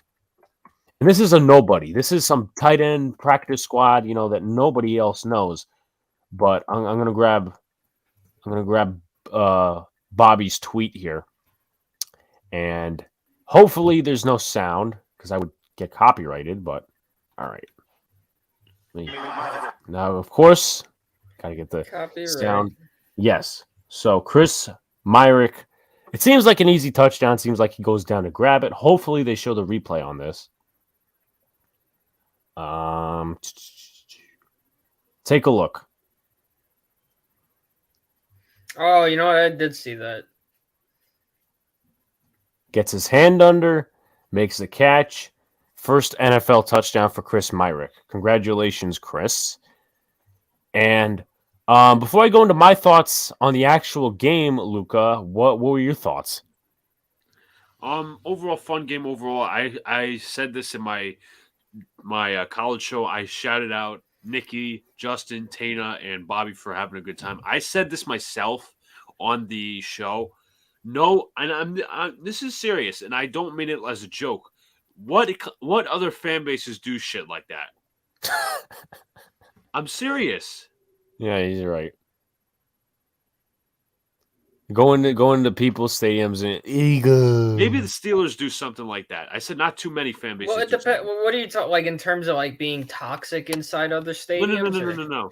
I was talking about what Talking Giants did. Like they did a whole tailgate. A lot of people. Oh yeah. Like the Steeler gang, they have their own tailgates. Like I feel like every fan base. Shouts to MH. Also, like congratulations to your Mets. Yeah, big congrats. It just depends on the whole it depends on the Chargers. I doubt they got anything like that. I feel like every franchise has it. It's just obviously some are bigger than others, like the Steeler tailgates, the Packer tailgates, Raiders. Yeah. But even though that one wasn't big, obviously you could see it was still something. Yeah. It's more so than what Jets content creators, at least from what Lucas said. Yeah. Mention that thing about, what do Giants content creators do that the Jets don't in terms of, tailgate. Tailgates are fucking free. We're not paying $60. We're not paying $60 for a tailgate in Carolina week 1. When people already have to spend money if you're driving down there for gas, or if you're flying down there for plane tickets and hotel money. See, so it would make let's sense. Spend people's money a little bit more. It makes sense if you're for example, the Steeler gang, and you're charging because you're an actual brand, like you're, or the Yins are an actual organization, like guest. They're actual organizations that sell merch, stuff like that. So that's one thing. But if you're just like a guy on YouTube and you're like, oh hi, I like the Jets, they suck, they're good, whatever. Oh, by the way, $60 for you to join me in tailgating, like that's just stupid. It'd be one thing if it was for a cause, but yeah, no.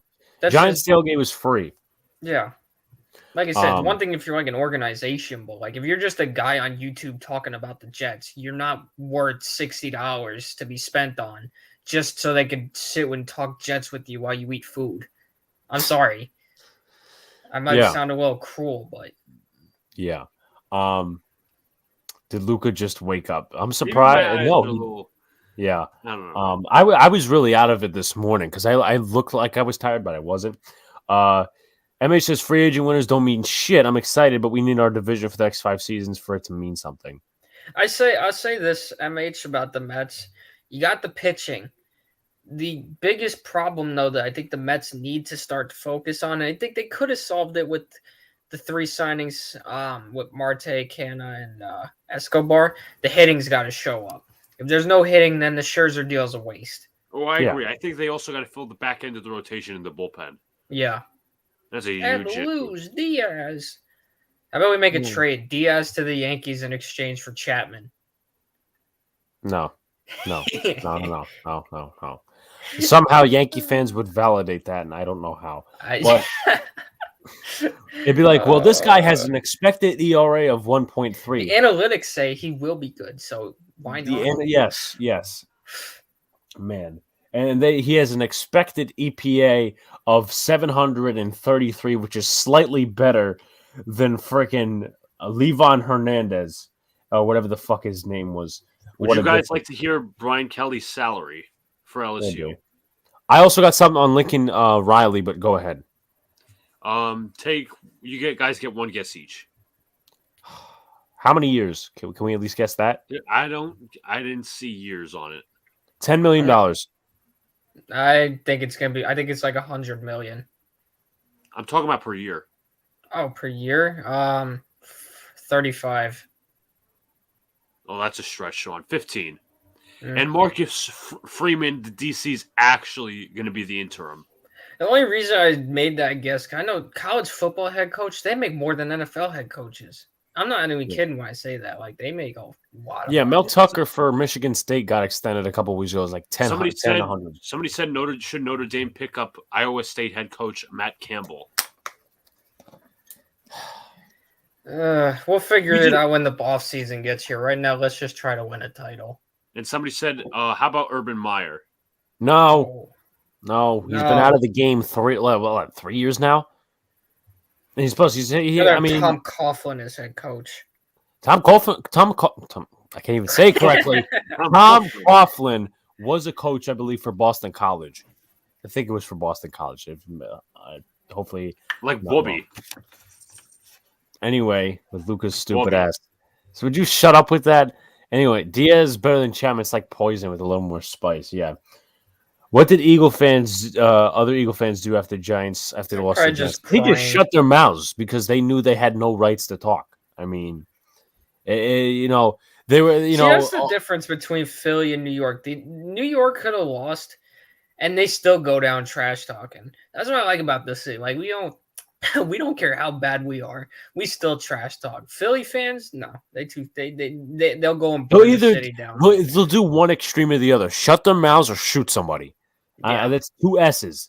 2 S's in that case. I'll wait for Luca to come back to bring him in. But the hell was I going to get at? I was going to ask him his thoughts of the game, but obviously MH and Blue City Empire, you guys can implement your thoughts, or anyone else make comments if it's MLB, NFL, NBA, and college football. Here is some of the things. I think this is actually real. I thought it was a meme at first, but I started like seeing real people commenting. Lincoln Riley, USC contract details. Let me just make sure it's real. Hopefully it is. Let's see. I think it is real because I see people commenting and they're not really saying it's not real. $110 million. I don't know how many years it is. Let me just take a look because it might have been finalized in terms of years. Lincoln Riley, 38 years old. But I don't know why you would leave Oklahoma for USC. Also, David Cutcliffe left Duke. So that's also something. But he's 67. He's probably not going to take on another job, maybe a minor job anyway. But 9-9 between Seattle and Washington, by the way. Go Seattle. Even though they're a garbage team. But let's see. Buying a $6 million home in LA. Unlimited use of a private jet for his family. So that's always good. USC apparently is buying both his homes in Norman for $500,000, which goes to a $1 million bonus. As I said, I think this is real because a lot of people are not saying, "Well, this is fake" or doing anything else like that. But a lot of entities, and with that being said, that's being paid by college tuition. Yeah. So Eagle fans can talk the talk, but they can't do it in person. Well, some do it in person. They just lose, or they just end up pulling out a Glock on somebody, unfortunately. They get pretty salty. Yeah. Luca, before I go into my depth of analysis, I want to ask you your thoughts on the actual game. Obviously, you mentioned your thoughts on the tailgate and the experience, but what are your thoughts on the game? My thoughts on the game overall, I think the Giants honestly should have won by a lot more. They should A have lot blown of- out the Eagles, respectfully. The Giants had way too many opportunities, a little squandered, and I didn't appreciate the conservative nature towards the end of the game. I understand you got to chew clock and everything, but you got to gain the first down yardage to officially put them away, to slit their throats. We clipped their wings in No, the you, end. s- you freaking cut them off. Oh, okay. Yeah, Paula Glockwell. Somebody got killed last year when Eagles beat the Giants. It was last year, right, Sean, in Philly? No, it was this year. It was earlier this year. And it's just like a bar or something. No, it was at Geno's. Oh yeah, Gino's Cheesesteak place, very popular place. Yeah. Now the only thing that I don't know is I never heard anything after the math. We don't know if the guy went there to actually start stuff. Like, was he a Giants fan? Going into Philly and talking, or was he just minding his own business? And what do you know? Eagles fans start argument, get shot. And I don't know. We never heard anything afterwards. But yeah, it was a man from Jersey, went to Geno's, and the Giants avenged his death. Yeah, and the Giants also avenged the fact that it has no meaning but the tanking from last year, and they picked Devontae Smith, and we wanted him, so that's why we traded down. But we also avenged it. We won. Anything else, Luca? No, nothing much on that front. Man, But not good even job by a- the Giants. I want to say great job by the Giants defense, and the Eagles killed themselves with their stupid game plan. They weren't running the ball till the third quarter. Yeah. So in terms of some good things, I'll start off with good things and then go to bad things. In terms of good things, Giants defense, 4 fucking turnovers. I mean, what they had, I think, 15 interceptions in the last 8 games or something like that. That's really good. At least that's, I think, this stat. Ferry Hawks released their schedule, their opening day, April 21st, versus the Charleston Dirty Birds. Is that supposed to be like the Charleston River Dogs? No, I think they still exist. That's a Rays team now. I didn't know that. Yeah, we also play the Long Island Ducks. Who's ready to go to Long Island? Wally Backman! Yay! He's coming to Staten Island May 17th through the 19th. Yeah, I will literally go to that game just to see Wally Backman get ejected. But one thing I was disappointed with when they announced the return of the Ferry Hawks, they unfortunately gave the media rights to WABC instead of WSIA. But I still get to cover them. One of the guys that has invested in the Ferry Hawks, John Cassimatidis, he I think owns WABC or has a show on there. That's probably why. It's different when it was still the Yankees. I know WSIA was completely in charge of that. They would broadcast and everything. So I'm a little disappointed about that. But you always get an internship. Yeah. Regardless, I'm excited about this when the season comes out. I know we're definitely going to a lot of games. Yeah. If they're cheap anyway. Well, they better be. I mean, imagine $80 for an independent league game. Yeah, that's $40, sir. What the fuck are you talking about? Yeah, they better fix up the stadium too. Oh yeah, that's gonna be. They still got a lot of work. Yeah. On that, but yeah, their opponents consist of the Charleston Dirty Birds, the South Maryland Blue Crabs. I would hope they don't got crabs. The Gastonia Honey Hunters. Wait. Well, hold on. I'm sorry. I don't know if this is the same league or not, but do they face the Bridgeport Bluefish? They do not. Fuck.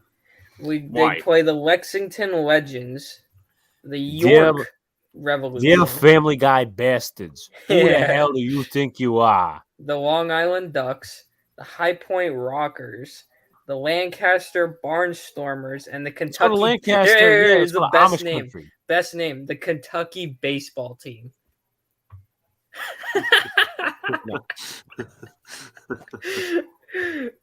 That's great. Unbelievable. We got the Washington football team. We got the Kentucky baseball team. Couldn't you make? Could you be so? The Bridgeport Bluefish are no longer a team. Fuck, man. I mean, probably because they're wrong. Okay, I mixed the colors up. So, okay, blue is the home game. Oh wow, so we don't have a home game until May. We go a whole month without home games. That doesn't make any sense. Our home openers against Lexington. We welcome Long Island in June.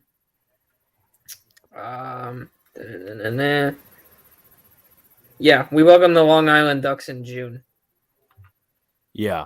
Bro, I actually low-key, if I actually get really sucked into this Staten Island baseball thing, which I am, most likely, because I'm going to be covering them at the station with news and everything, I'd be willing to go to Long Island to see them play. I'd be down. I think it'd be fun. Wally, I think it'd be a fun. I want to see Wally Backman get ejected. I want to sit right behind home plate. That way I hear, "You dumb motherfucker." And all this other man's like 67. I don't think I've never actually took the time to look into independent league baseball, but I can't lie, I'm excited about it.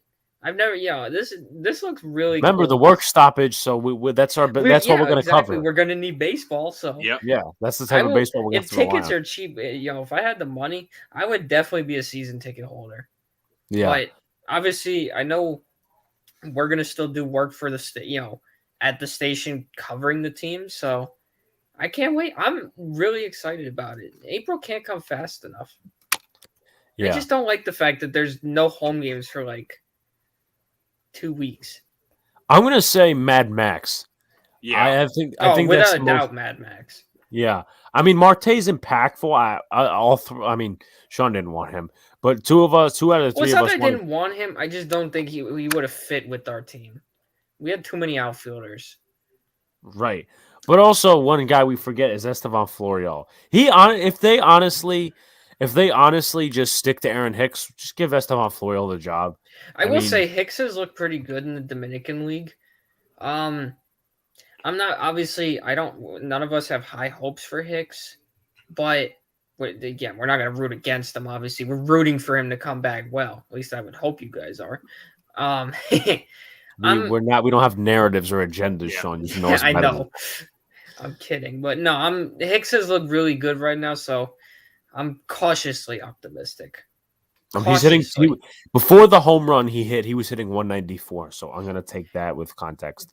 Well, that I didn't know, but we're getting, it's progress. You got to start somewhere. He hasn't played in 2 years, basically. I mean, he really didn't play much of last year.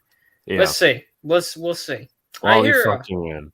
Yeah. Well, I that's bro. Like I said, I'm willing, and I'm not very usually. I don't think any of us are ever willing to go to Long Island. I will go to Long Island to see the Staten Island Ferry Hawks. I will sit. I will be the most loyal fan there. I will travel to their away games. I will sit either behind home plate or by the Long Island Ducks dugout just to hear what Wally Backman has to say to people. I will record that shit. I'm not even joking. Man, that would be that's why I said stuff like that is why I'm excited. I can't wait for Ferry Hawks season. I'm probably more excited for that than I am Yankee baseball, if I'm being 1,000% honest. That's saying something. I got my Yankee hoodie on and everything. I was about to say Luca was just frozen for a minute. His face was weird, but yeah, he's here. So to go back to the Giants subject, weirdly enough. But it was a good off-topic discussion. I'm not gonna lie. Yeah, no, I said that. I can't wait. Yeah. So in terms of the Giants game, talk about positives. The defense stepped it up. 3 interceptions by the draft class of 2020. Xavier McKinney, man's a Pro Bowler. I'm gonna ask a question maybe in a little bit, but breaking news: Jamal Adams got another interception. Yeah, that was like in the second quarter. It was off a deflection. He is now past Vince Wilfork on the all-time interceptions list. Xavier McKinney has more interceptions. Darnay Holmes, well, how many does he have? 2 or 3 in his career? I think he's got 3. Okay, so Darnay Holmes does not have more than him, but Xavier McKinney has more this year than Adams has had in his career. So that's why Xavier McKinney is better than Jamal Adams. Wally has always been in the Mets manager discussions dating back to when we signed Terry Collins. I would love to see that. I would love to see Wally Backman in any uniform. But once again, he's for Long Island Ducks. He's always been Let an me ask you independent guys league something. manager. Do you think that the signing of Max Scherzer makes the Mets job a little more attractive? Yes. Yeah. Yeah. People call Daniel Jones Danny Fumbles. Boston Scott is no longer a giant killer. His new nickname is Boston Fumbles. Well, I mean, the fact that his first name is Boston and he fumbled, you know what? I'll be willing to rag on him a little bit. But he did score a touchdown, so I will be I'll be somewhat respectful. But at the same time, he fumbled on the second to last possession for the Philadelphia Eagles. Dexter Lawrence, thank you very much for that. But that basically means that he did nothing in the game. With that being said, though, Giants really couldn't stop the run. The Eagles were their own enemy, basically, because they ran the ball only a lot in the second half, which, you know, at that point, they really couldn't convert on anything. They couldn't sustain drives. Giants defense was doing a hell of a job. As I said, 3 interceptions, 1 forced fumble. Aaron Robinson played like a fucking beast, a third-round pick. The Giants had 2 practice squad defensive backs on the field in their last drive, and they still managed to go ahead and win the game. That's called the next man up mentality. And Patrick Graham, you know, he's done a good job with that. The offense, man, I never said that Freddie Kitchens was going to fix everything, but there's a lot of stuff. But you did say they were going back to the Super Bowl as a joke. I said Super Bowl back on. Yes, I said that as a joke. But there's some stuff to obviously nitpick there. The running game, it can't get going other than one Saquon Barkley run. You know, not much in the running game. In the passing game, they did what they could. Kenny Galladay's. Let me just say for next week, Alex, you got to get your run game going against Miami. You can. They better, or I will literally. Saquon had a career game against Miami the last time. But as for the offense, the rest of the offense, the play calling was okay. I still really didn't like the stuff where Saquon was under center and the receivers were just to one side. But progress is progress. I mean, it wasn't much progress, but Daniel Jones did improve just a tad bit. Kenny Galladay was getting more targeted. And what was I going to say? With that being said, Daniel Jones, I feel like, was better in terms of pocket awareness. Nate Solder still being a turnstile on the right side of the offensive line. Apparently, you guys gave up no pressures.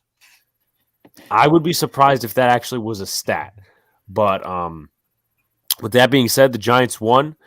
Miami is going to be a trap game for us, even if we're playoffs or not. I mean, I don't think we're going to make the playoffs. It's a long shot. We're in the graphic. Miami's currently favored, Alex. How's that a trap game for you? Well, I mean, just in general, I guess. I mean, we were even calling it at the beginning of the year, I think, when we were talking about the Giants and their record. We called Miami as a trap game. And but we expected the Giants to be better.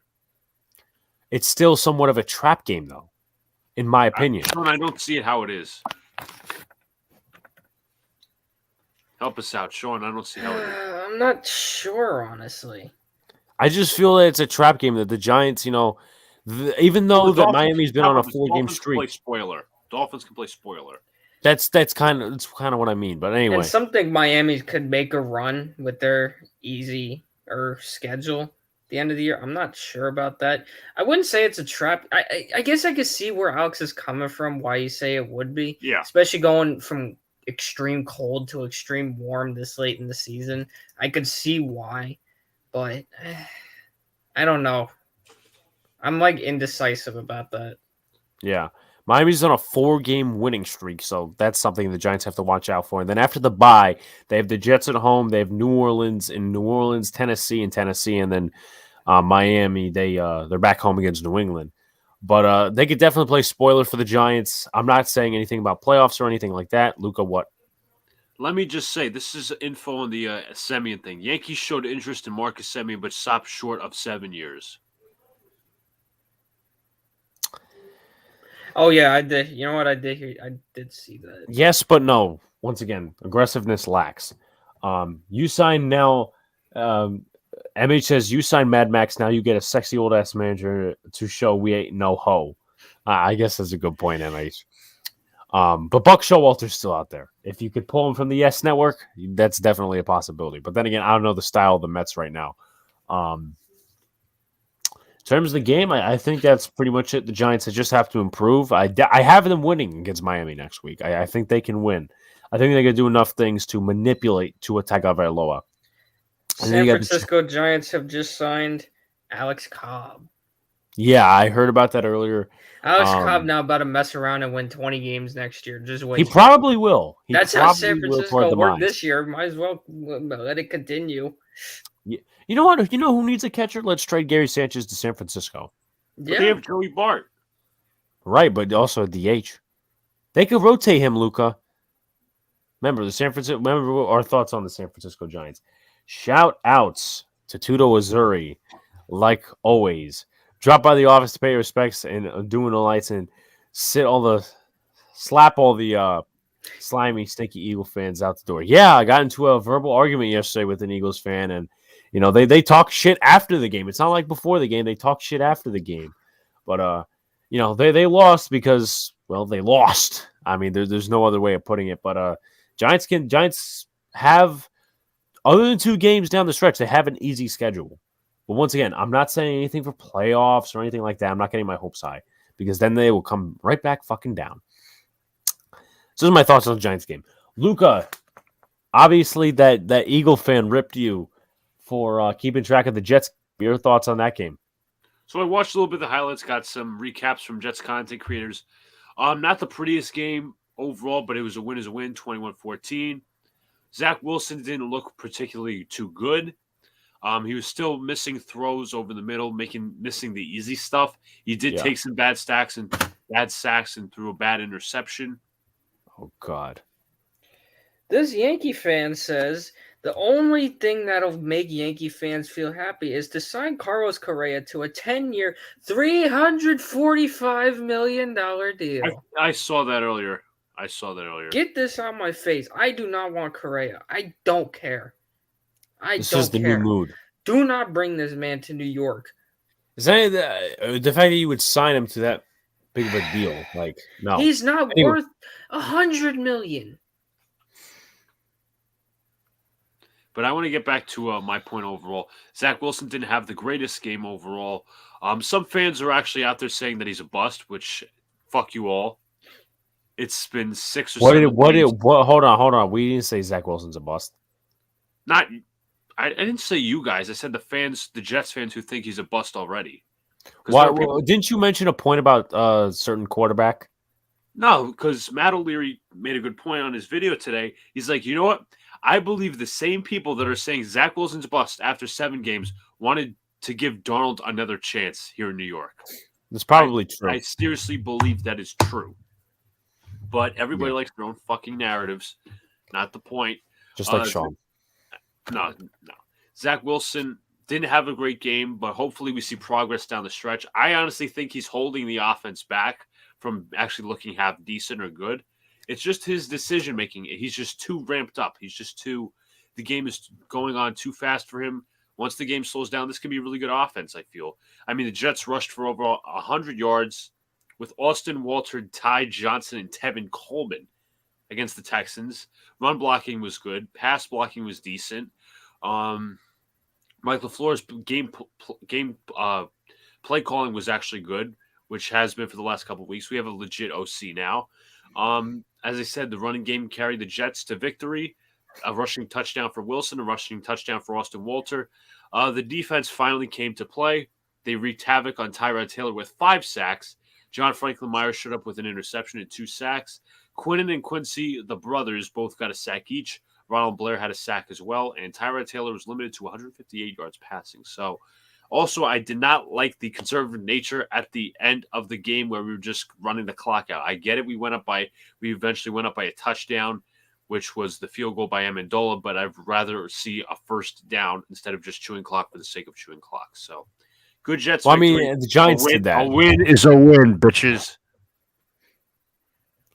Yeah, but I guess is a win, bitches. I guess a win is a win, bitches. My win was more prideful, but hey, when you're the New York Jets, wins are hard. You take what you get. You take what you can get. I mean, they did beat Tyrod Taylor. I mean, when was the last time they fucking did that? Right? That is a very fair point. Exactly. MH says Giants are a guy at the bar who thinks he's getting some pussy, but just friends with the stripper sensation. You know what? I have to agree with you. I have to agree. These are the type of situations. Judah says this Giants team ain't far from an elite team. Big fat Getty got to go, but a solid O-line and get rid of all the garbage high paid players. Yeah, I definitely agree with you, Tuno. Definitely agree. I think there needs to be a complete overhaul, to be quite honest with you, because this philosophy of Joe Judge, and where at the end of the game he's just running out clock and not getting a first down and all these other things, it's not going to work for the Giants in the long run. So I think a complete overhaul is needed, and then you probably need a quarterback and an offensive line. And here's what I don't get with the Malik Willis train. I don't know, Sean, if you know who Malik Willis is, quarterback from Liberty. Mm-hmm. People are so sensational about this guy, but he doesn't face high competition. B, he doesn't do good when he faces high competition. Yeah. Like some of the teams he lost to, Kenny Pickett won. Let me see something. Let me look at his stats and his game log. And I don't think the Giants should take a quarterback this year unless it's Pickett or Corral. My personal opinion, because fucking you're wasting one of your first round picks on a quarterback you don't know is going to be the guy. But it's for 2021. Here's, of course, Sports Reference has to put those type of things in my face. So he lost to Louisiana, the Raging Cajuns. He lost to Mississippi. He lost to Army. He lost to Louisiana Monroe. He lost to Syracuse, which was probably the highest competition. Kenny Pickett. Army's got a better football program, but no, I understand. Currently, but yeah, and Syracuse. I mean, they have what was supposed to be, I think, a good defense. But with that being said, I mean, Kenny Pickett beat them on Saturday. Let's name some of the teams that Kenny Pickett won against. I mean, obviously, you can make the case about Matt Corral because he's Ole Miss. They went 10-2. Yeah. Let's see. Kenny Pickett. So he won against Syracuse, Virginia, North Carolina. He lost to Miami. He won to Duke. Won to Clemson, which you guys, well, Sean specifically said, well, they're not going to upset Clemson. I said, yes, they are. And look who was right. Georgia Tech, Virginia Tech, minor teams. Obviously, they played Massachusetts, so obviously that was a great game. They also won against Tennessee, but I just feel that Kenny Pickett can win against good competition. And then, the why I point this out is because they were like, oh, people a couple years ago, Daniel Jones was drafted out of Duke, a squad, a team that wasn't even known for football, and he didn't do good against competition. What's Malik Willis? Quarterback for fucking Liberty. So I just don't understand that. Yeah, you can make your choices about Corral. Somebody from Mercer. Okay, if you want to take it to that level of mediocrity, sure, go ahead. I want Matt Cannoli, Golden Corral, or Gordon Carroll. Corral. It's Alex, just stop trying. It's Coral. It's supposed to be Coral, but he's trying to make it to Golden Corral. They got some good food though. Yeah, it's good. Moron Joe Judge was trying to get all the credits afterwards, but it was Coach Graham with a banged up defense and grind for. No, it was definitely all the defense. I'm not going to sit here and not admit that the Giants had 4 turnovers. They didn't score 1 point off turnovers. I mean, one you can make case for because Jalen Hurts threw an interception just before the half. And Nick Sirianni, his dumbass, didn't decide, well, let's go for a field goal and take the points. No, Jalen Hurts could have threw it away and ended the half, but no, he threw it right into the hands of Tate Crowder. Well, he was just bad accurately. And if you take a look, now, obviously the run-to-pass ratio was 33-31, so they ran the ball more. But the 2 of the plays were escaping from the pocket. So, yeah, you can say, well, they obviously passed the ball more, which is something the Eagles should not do, because their quarterback is physically inaccurate. But, we all got Jalen Hurts is better than Daniel Jones. Oh, Jonathan Gannon is supposed to make bad QBs look bad. Well, Daniel Jones looked okay. He didn't look great. He looked okay against the Eagles. He looked fine. Some things you got to work on. But, some other takeaways from the NFL weekend as I continue wearing this over my head. How about, obviously, the Dolphins? How about that Browns-Ravens game last night? Lamar looked like absolute trash, and he was exposed again that he can't play real teams. I think but the injuries won. are catching up to them. Yeah. So what was I going to say? No running game, Here's why I think that the Browns lost last night. They had no running game, and they have that running game. That carries them because Baker Mayfield is inept as a quarterback. Went 18 for 37. That's not even 50% completion. Meanwhile, people continue to fucking tell me that this guy's a franchise quarterback. He's not a He's franchise. worse than Ben. I'm sorry. He's worse than. I'm sorry. I'm sorry. Daniel Jones, however bad he is, and I will admit the bad, but goddamn. At least Daniel Jones can get his completion percentage to 50%. Just because of the big plays, Baker Mayfield is, he's going to get a fucking Progressive commercial. Maybe he should get some goddamn insurance because if the Browns were smart, he'd be on the fucking streets right now. Sorry, not sorry. And you know what? We can make our cases about OBJ and all these other things. Odell Beckham Jr. obviously was not the problem there. Sure, he complained, was not the problem. What is it? Why is it that everyone and their dads on Cleveland have to complain? Kareem Hunt's dad took to Facebook to complain about Baker. And then obviously it was a week ago when you weren't here.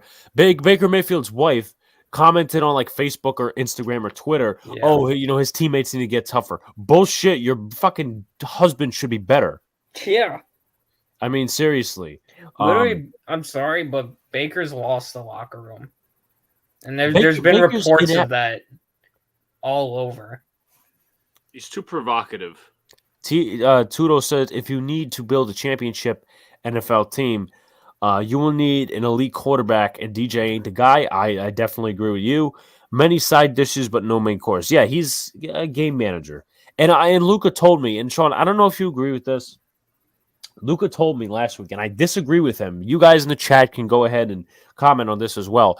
Daniel Jones in the situation of Baker Mayfield, where he has an almost perfect offensive line, despite a right tackle going out for the rest of the year. He's got a running game. He's got wide receivers. Tell me he wouldn't succeed more than Baker has in that situation.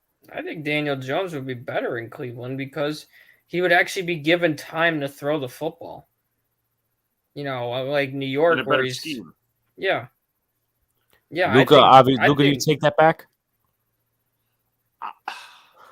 I think Jones would be better in Cleveland. I'm not saying his problems would definitely go away 100%. I think his pocket. No, I'll up tune a little bit. His pocket awareness would definitely be better, but he needs to stop staring his one read. That is true. Okay, you know what, Luca? Go ahead. Luca did something last week. I forgot to clip it for this week, but apparently Daniel Jones does this in the pocket. You want to put the helmet on? You're being able to put a Giants helmet on. Damn. He did this last week. You missed it. I hate this. You did it last week. Smells like old cheese. Yeah, it probably does smell like old cheese. With that being said, so Luca's going to do an impression for us. If you guys missed it last week, this is how apparently Daniel Jones looks in the pocket. You can't even get the friggin' He did it last week. I swore. I'm telling you, I did this last week. Yeah. Be sure to include fumbles or anything else you like to critique Daniel Jones on. He can't even put the chin strap on. And he did it last week. Almost there. All right, son. Okay. Stand up for this? Yeah, you got to stand up for it. All right. Who's ready for this garbage? And he's wearing a bathrobe. I didn't know where Daniel Jones wears a bathrobe in the pocket. Grandpa stories. Somebody's got to say hi. Red 18. Hike.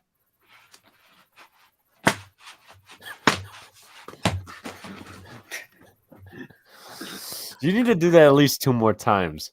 I feel like you got to pad the ball more the way you describe it. All right. All right. Go.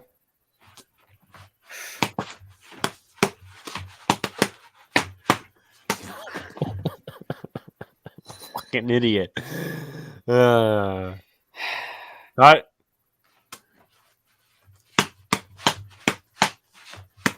Imagine he pops a hole in the football from doing that. And I said this last week. You got to fall to the ground on the next one. But I said this last week. You're so, you're not being accurate because you're looking at multiple reads across the field. That is true. All right, we're going to get one final one from Luca. And I even said to him last week, why don't you put a Giants jersey on? He goes, no. Put a helmet on. What difference does it make? What? Put a jersey on, Luca. No. Hot.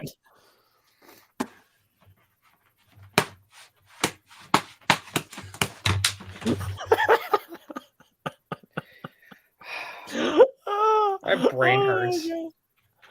What did you say? My brain hurts. No, man. I don't know why Luca enjoys doing that. Because he likes looking like a moron. Yeah, he was doing it, and then he bumped. And then before he even put the helmet on last week, he bumped the table, so it looked like he fumbled. MH and Tudo are laughing at you, Luke. I hope you know that. All right. Blame him? Yeah, you're gonna do an impression without the helmet. All right. Just give me a sec. How does Daniel Jones look in the pocket, Luca? All right.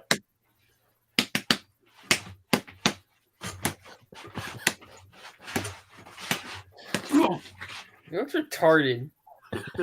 Oh no, I'm gonna get canceled. Damn it. Yeah. Bye, Sean. Again. I did it again. He spikes the ball. What? Bro, I thought he did. I'm I thought supposed he to be actually the- hit this is spiked supposed the to be ball the towards his defender's hand, nuts. okay? So Daniel Jones only has one arm. Why? Okay. That just looks so I'm waiting wrong. for when he hits it in the wrong spot and he hits himself right in the nuts. Yeah. Time for you to go back on Earth, Luca. Time for you to go back on. Time for you to go back on Earth. All right. I'm on Earth. Yeah. Once you get on Earth, we're going to discuss some more NFL before we get to NBA and stuff like that. All right. It's called burping the baby, tapping on the ball.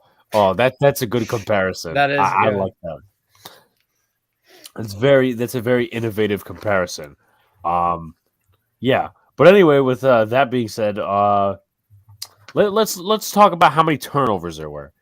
Baker Mayfield apparently, and I'm surprised at this, didn't throw in an interception, but he fumbled once. Lamar threw 4 interceptions, and he still managed to win the game. Cleveland bad.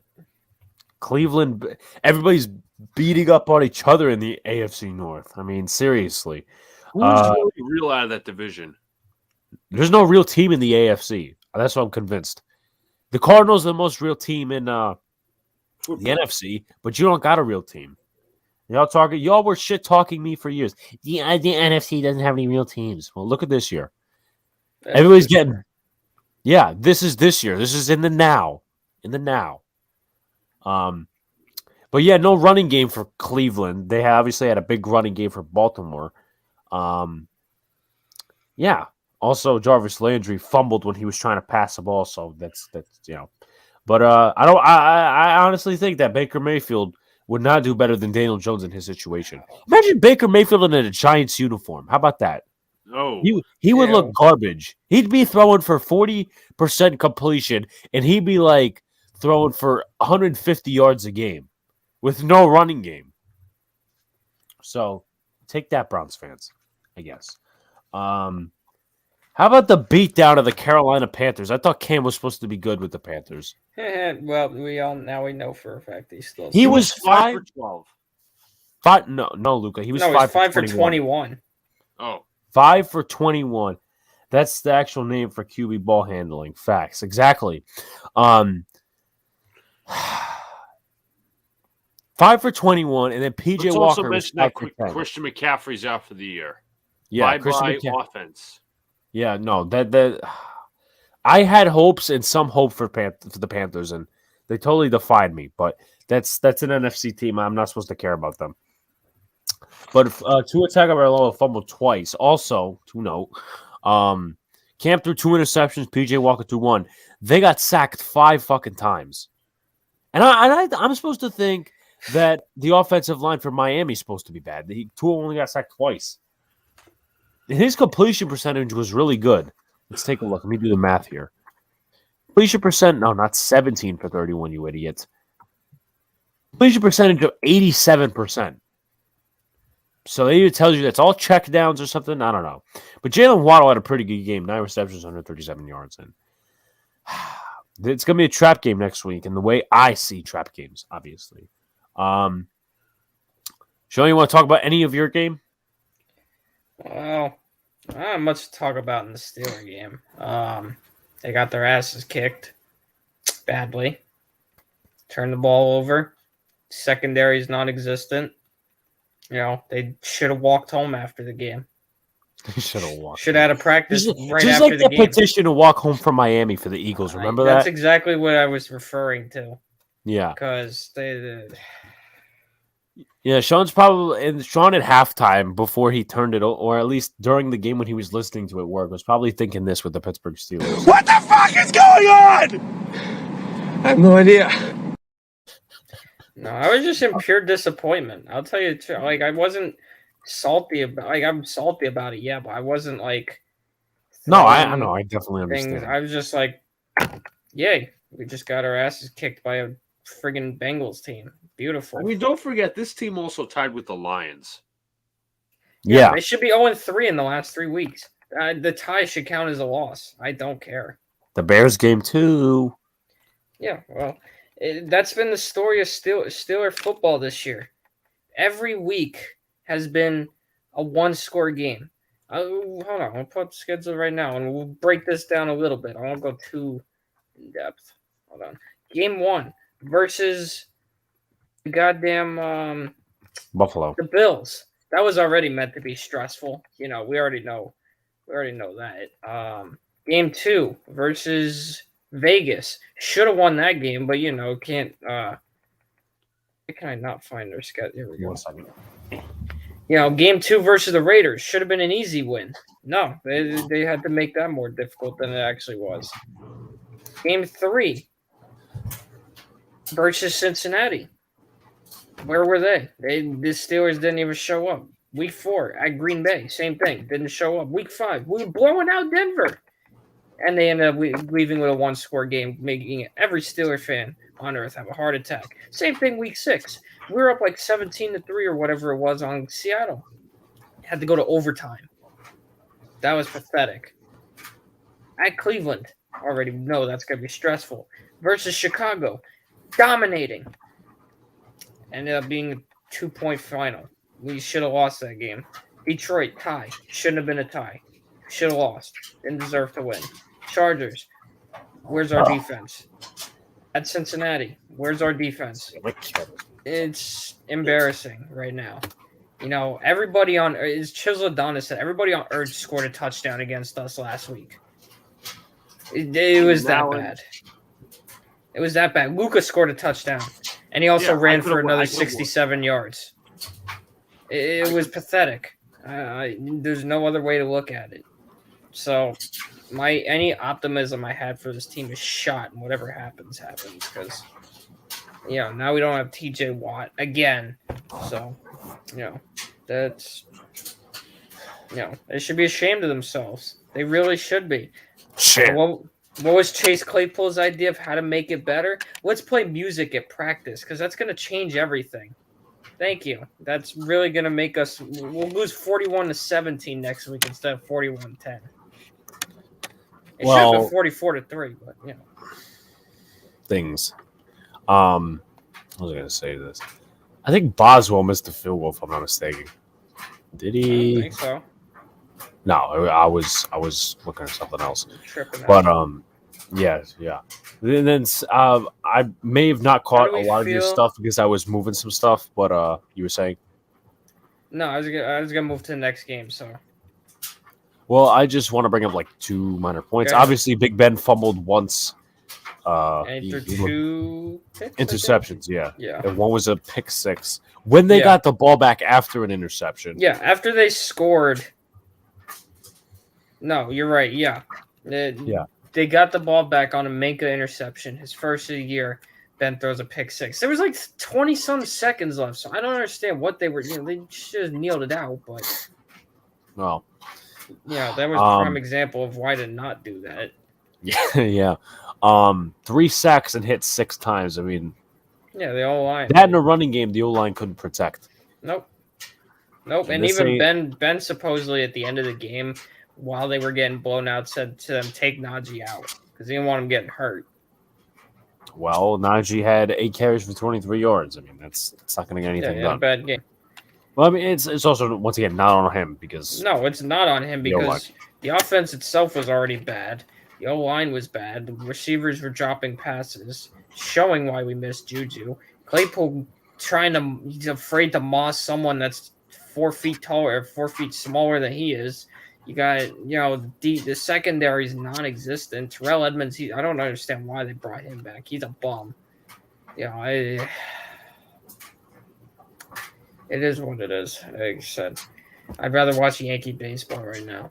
And that's well, no, you would rather watch Fairy Hawk baseball. Well, yeah, that's a given. Yeah, elite players always. It's move just forward frustrating a little all bit. around to be a fan of any of my teams, because you got the Yankees who are just being cheap.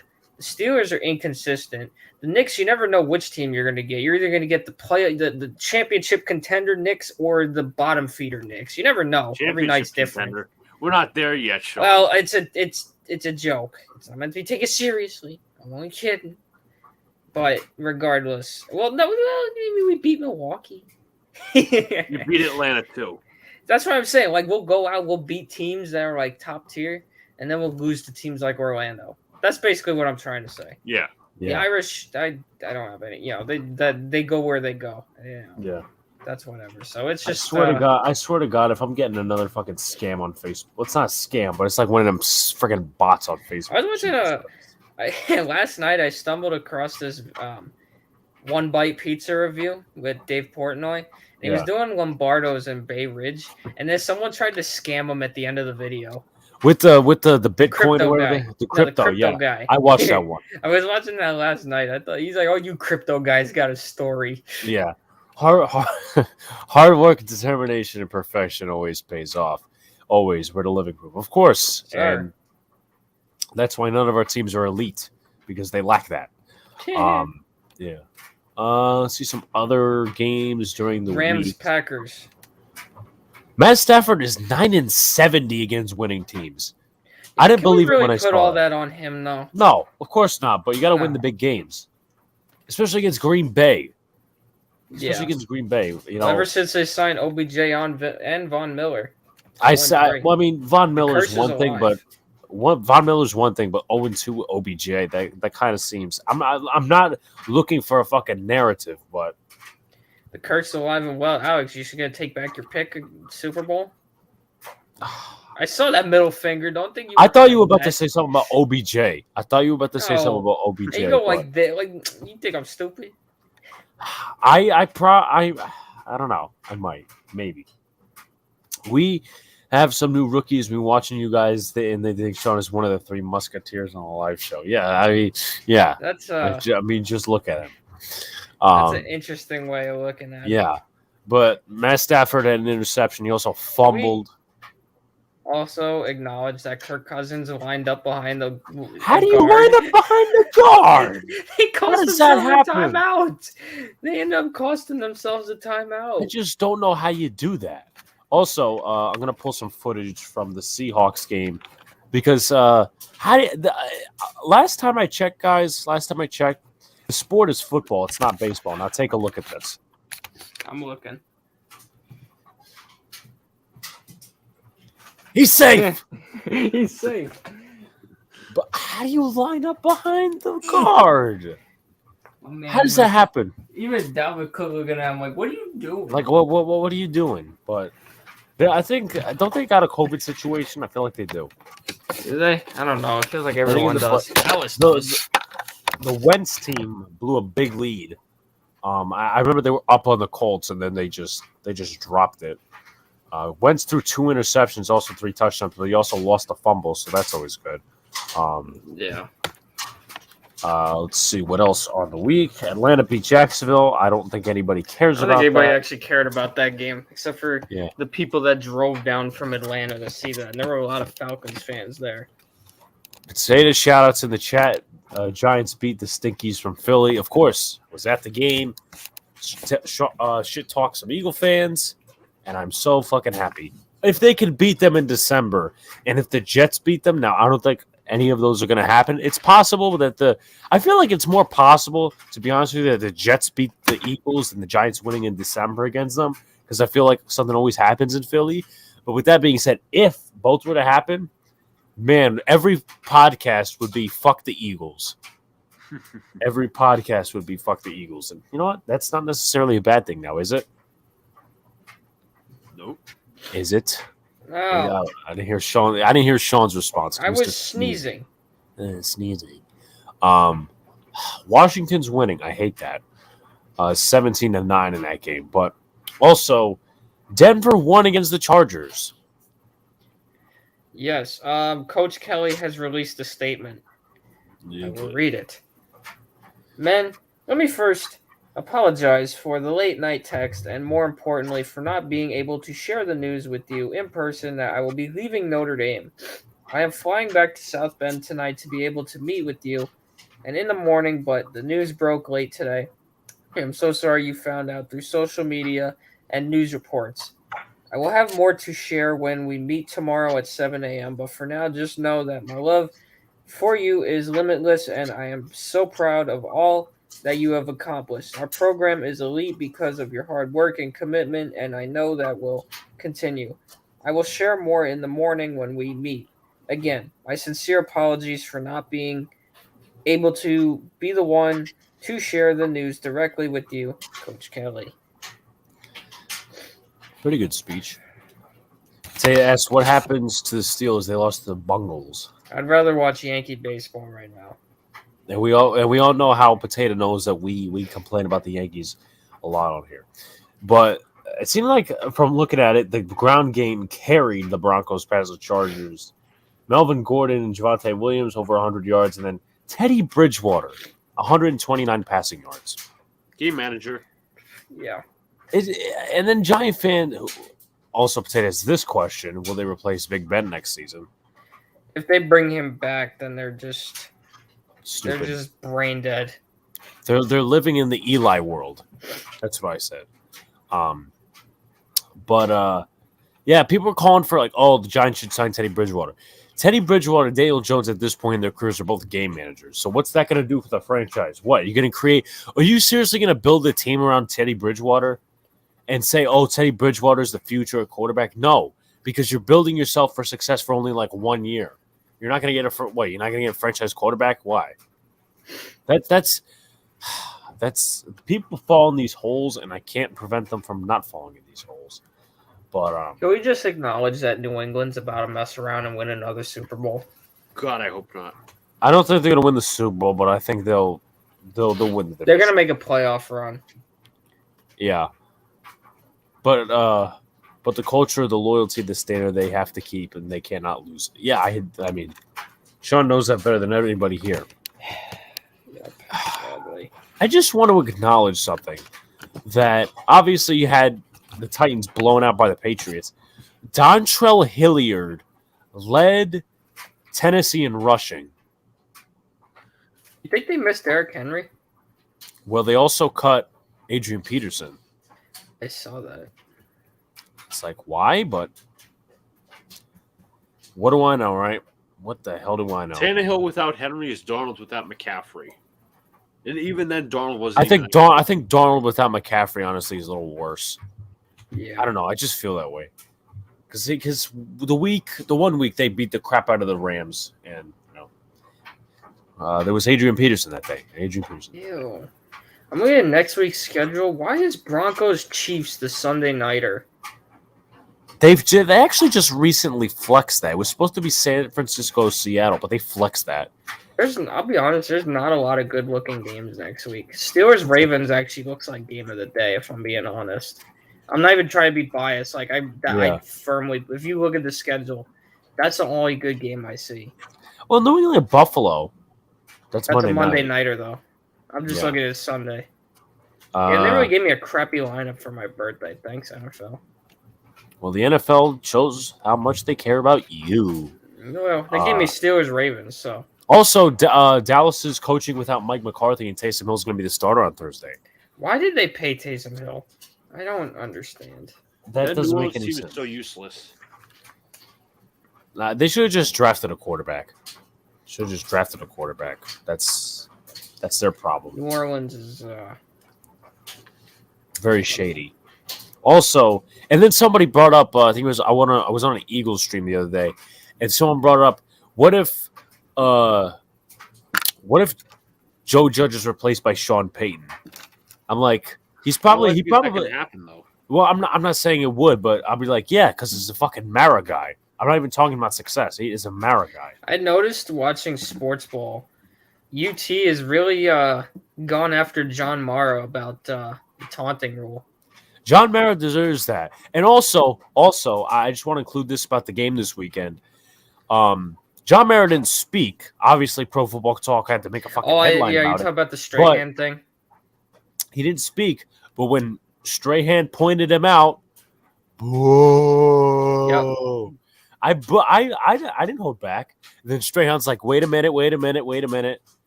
You know, all the teams go through up and downs, and we wouldn't be here without John Mara. We wouldn't be here without Tim Mara. Let's start with that. Yeah. Well, let's just say this, though. Giants fans have got to remember one thing. They got 4 rings. That's more than a lot of football teams can say. So I never understood the poverty franchise jokes, stuff like that. How can you be a poverty franchise when you got the 3rd most titles in the league? I'm not buying that they're a poverty franchise. I think they're poorly run, but Yeah, they're definitely no poverty franchise. yeah, and obviously the guy we always love to talk about on here, Will. He was at the tailgate, and you know, I didn't really pay no mind to him, to be honest with you, because he had the Fire Gettleman shirt, but then the Giants are 3-0 in Fire Gettleman shirts, even though he's not coming back after the season. But he posted on Twitter afterwards, oh, you know, the Giants are 1-6 with Jones and Barkley at home. Like, so what? And you know what? I'll say this before we go into college football and NBA, because I want to give Luca a segment and all that other stuff. Offense may not have been great. The run defense wasn't great either. You beat your rival. If the Eagles were in the same position we were, they would be trash talking the Giants all day. They'd have a celebration by burning down the city again. Exactly. They would have a celebration by burning down their city.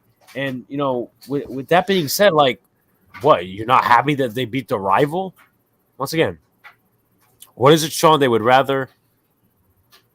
Wait, I'm sorry. I was reading something Barstool posted. What is it about certain fans? They would rather be... They'd rather be right than succeed. Exactly. Season ticket holder, my ass. But anyway... Some fans would rather beat traffic than stay for the whole game. I saw some fans beat traffic. Saw some fans last game leave because they were cold. Well, they don't call the MetLife win for nothing. Well, it's not even that. You literally signed up to go to a game in the end of November. You get what you paid for. Gotta love when the people beat traffic. Sean loves people beating traffic. Yeah, you know, let me go out and spend $500 on tickets and then leave early. I'll be in the 2nd row against the Saints. I'll be freezing. But you have to be warm though. Yeah. Hey guys, the Washington game is so annoying. Yeah, I think it's JD McKissick is being carted off. Yeah. But I just hate that the Washington football team's winning, because the Giants would be the only team in the division that would win this week. But obviously Seattle, being how terrible Seattle is, I'm not holding back on them because I think they're a terrible football team. You know, they terrible football team. And I knew in some of my heart that Seattle would lose because, well, it's time for a rebuild, everybody. It's time for a rebuild in Seattle. Russell Wilson, the Giants confirmed. Russell Wilson is not – he bitches too much about no O-line. I mean, literally they have, I think, a worse – they have the same – no, they have a worse record than we do. But he would come to the Giants just to promote his wife's career. So I never got that, never will. But with that being said, let's talk about the NCAA, as in football. Talk about rivalry week a little bit. And then also, Luca will close out with your Knicks segment and your basketball segment. But let's talk about rivalry weekend. I'll talk about some of the games. Obviously, what has it been, 10 years since Michigan State? Michigan State, huh? Since Michigan. You just triggered all of Michigan's fan base, and you're now wanted. They're putting a picture of your head at the top of the campus, and they got pitchforks and everything. Fuck Alex. There's some shit like that. Oh my god. Okay, hang on. There's a way I want to do this. So I don't care about the Tuesday games. The Thursday games. The only game that I consider notable. Egg Bowl. Ole Miss beat Mississippi State 31-21. I don't know, Alex, did you watch any of that game by any chance? I really didn't. So at the end of the half, Mississippi State had a chance. It was 10-6. Mississippi State had a chance to take the lead. It was first down. 3 straight passes into the end zone got dropped. That would have put them in the lead. Instead, they had to settle for a field goal. 3 of the easiest passes I've ever seen in my life. Sounds like the Philadelphia Eagles. Okay, yeah. So, Alex, what games do you have for Friday? Or did you not go in any particular? You just listed I don't think I went in a particular order, but if I'm missing any, obviously you're free to correct me. But Michigan ends, was it 10-year drought against Ohio State? No, I don't think it was 10. It was 9. Okay. Well, they ended the drought against Ohio State, and I saw, let me pull up one of the moments, because I thought this was funny. It's rivalry week, so you have to have fun. I really wish the NFL could do something like this. Imagine every year Giants-Jets. Imagine how cool that would be. Depending on who finishes in what position this year, it might happen next year. So no. Next year's you guys got our division, Alex. They were giving each other a finger. They had to be held back by their teams. Oh yeah, I did see this. Yep, I did too. Rivalry weekend. It was amazing. Yes, sir. It was. Alabama beats Auburn in the tight overtime game. That once again, I said this at the beginning of the show. I'll say it again. Auburn lost that game when they deferred. Not to mention, no, not even to mention that they choked in the final seconds of regulation. They choked in the final seconds of regulation because they had a receiver not wide open, but he made a spectacular catch. BYU beats USC, if there's anything to remark from that. Oklahoma State beats Oklahoma. That was huge. Oklahoma State has a pretty impressive resume in order to make the playoff. I'm not even gonna lie. They beat some good teams this year. You know what? There's some teams I hate in college football or dislike because they're so overrated because they win games by this much. Oklahoma is one of those teams. 37-33. And this, in the final quarter, Oklahoma didn't score anything, but Oklahoma State had 13 points. So it was 33-24 before going into the fourth quarter. The one game you did miss was in the final minutes on Friday of North Carolina and North Carolina State. North Carolina had a 9-point lead with 2 minutes to go, and they lost. 2-12 to be exact. 34-30. Yeah. They lost. Also Nebraska also lost to Iowa 28-21. All 9 of their losses came by were all by single digits. Let's also mention that Spencer Rattler is entering the transfer portal. Yes. I guess he doesn't want to play for the Giants next year. Well, Maybe he gets better next year. It's so crazy. I didn't realize that he was a sophomore, but 11 touchdowns, 5 interceptions. The amount of mistakes he made, it's not gonna do it for Oklahoma. But they deserve to lose. And once again, I just dislike teams that are so powerful, especially for the fact that they're going into the SEC. Yeah, that meant Texas. Texas was horrendous this year, and they want to be in the SEC. They're going to get their ass beat, be at the bottom. LSU beats Texas A&M 27-24. As well as Michigan State beats Penn State 30-27. Some actually believe one of Notre Dame's bowl games could be against Michigan State. I would be down for that because that's a good rivalry. Yeah, they've always had a big hatred for each other. We've had miracles against them. They've had miracles against us. I think that'd be amazing. Rivalry reunited. We haven't seen them play it. We haven't played each other in a long time. So, yeah. Minnesota beats 13th ranked Wisconsin 23-13. I'm surprised that Wisconsin, especially after their because one of the people that popped in the stream that I was on, or at least I was looking at, was a big Wisconsin fan, and they said, yeah, after that Notre Dame beatdown, we just got better, which is surprising. I thought they'd be ranked lower, but I didn't realize that their record was actually better than I thought it was. But Wisconsin lost. With that being said, any other rivalry games until we get to some of the coaching Yeah, I'll stuff? go and through a then couple of them. Yeah. Clemson shut out the Gamecocks 30-0. Clemson, regardless of their fall off, still owns that rivalry. Florida still managed to beat Florida State, keeping Florida State away from bowl eligibility. Let's see. Try to see here. Looking for the most notable. Virginia Tech beat Virginia 29-24.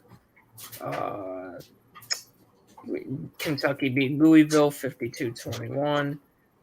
UCLA obliterated California 42-14. Washington State, one of the things they have a Washington the Apple Cup, I think it's called. Washington State, they trail like that all-time series like 82 to like 23 or something. They finally beat Washington. Yeah, I actually was able to watch a little bit of that game. That was what do you expect? Obviously the Irish beat down Stanford. I want to quickly look into. I'm going to go through next week's games because there's not a lot of them. But it's some crucial like the SEC championship. Yes.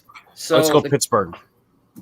Okay, there's not a lot of games, so I'll just read through them all real quick. In the Conference USA title game, it'll be Western Kentucky at UTSA, who got upset, by the way. I forgot to mention, by Northern Texas. They lost their undefeated season. Their only chance at some credibility. Yeah, exactly. Pac-12 championship Friday night, Oregon at Utah from Allegiant Stadium in Las Vegas. That's a Saturday, big venue. 12 o'clock, Baylor at Oklahoma State at 12 from Arlington, Texas. MAC championship at Ford Field, Kent State at Northern Illinois at 12. Utah State at San Diego State from Carson, California. Appalachian State and Louisiana for the Sun Belt. Is that the Sun Belt title? I don't know if they have a title game or not. Regardless, they play 3:30.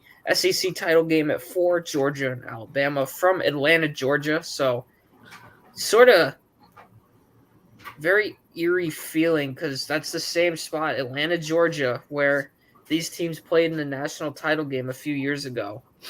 So, Georgia with the home field advantage. Houston, Cincinnati for the AAC title game. That's at 4 from Cincinnati. Michigan and Iowa for the Big Ten title. That's at 8 o'clock from Indianapolis. Pittsburgh and Wake Forest from Charlotte. That's at 8 o'clock for the ACC title. Let's go Pittsburgh. Then USC and Cal. I think this is a makeup game because of COVID. Yeah. They play at 11 o'clock on Saturday. Then after that, the only game remaining is the Army-Navy game for bowl games. That's actually a week from Saturday. In East Rutherford, that's in New Jersey? I had no idea about that. Neither did I. Bro, are you thinking what I'm thinking? What day is that? Saturday, December 11th. I have to watch because there's a certain event that's going on that I have to explain backstage and I can't reveal for another couple of weeks. Let me look and see first off if tickets are even available. 11 o'clock a.m. you said? Oh, no, it's at 3 o'clock. It's Saturday, December 11th. Okay. Saturday. Yeah, normally it's in Philly, so that's why I'll talk backstage. Let me just say, just to preface this, Washington, Seattle, 4th and goal. Seattle has no timeouts, 2:24 to go. They go for the touchdown, and it was a touchdown by Logan Thomas, incomplete pass. They overturned the ruling. Seattle has the ball now. So hold on. It's 17-9 still? Yeah. Riverboat Ron went for it on 4th down instead of going for the field goal. Seattle, if you screw this up, I'm gonna stab you. Washington, if you screw this up. The Eagles are the only team this week that I'm gonna kill that we killed the birds with. I will clip the Seahawks wings. You know, you get the joke. It's a bird joke, but it's a very bad bird. I will kill 2 birds with 1 stone if I have to. I will say these tickets are not exactly cheap. I'm also going to MetLife the next day anyway. Just saying. Really? Not that I care. That's Wouldn't you weird. They're want to gonna be play. at this? They're playing 2 games in a row at MetLife. They don't do that very often.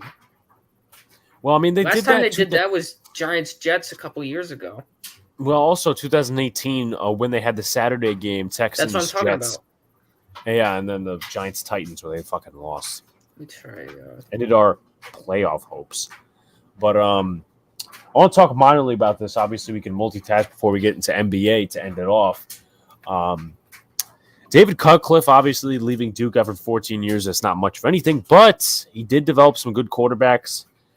Peyton Manning, Eli Manning, but also he developed Daniel Jones, which is a notable for him. So he's 67. I don't know if he'll take another job, but if for some reason I don't. Okay, so just to preface his records, 2008.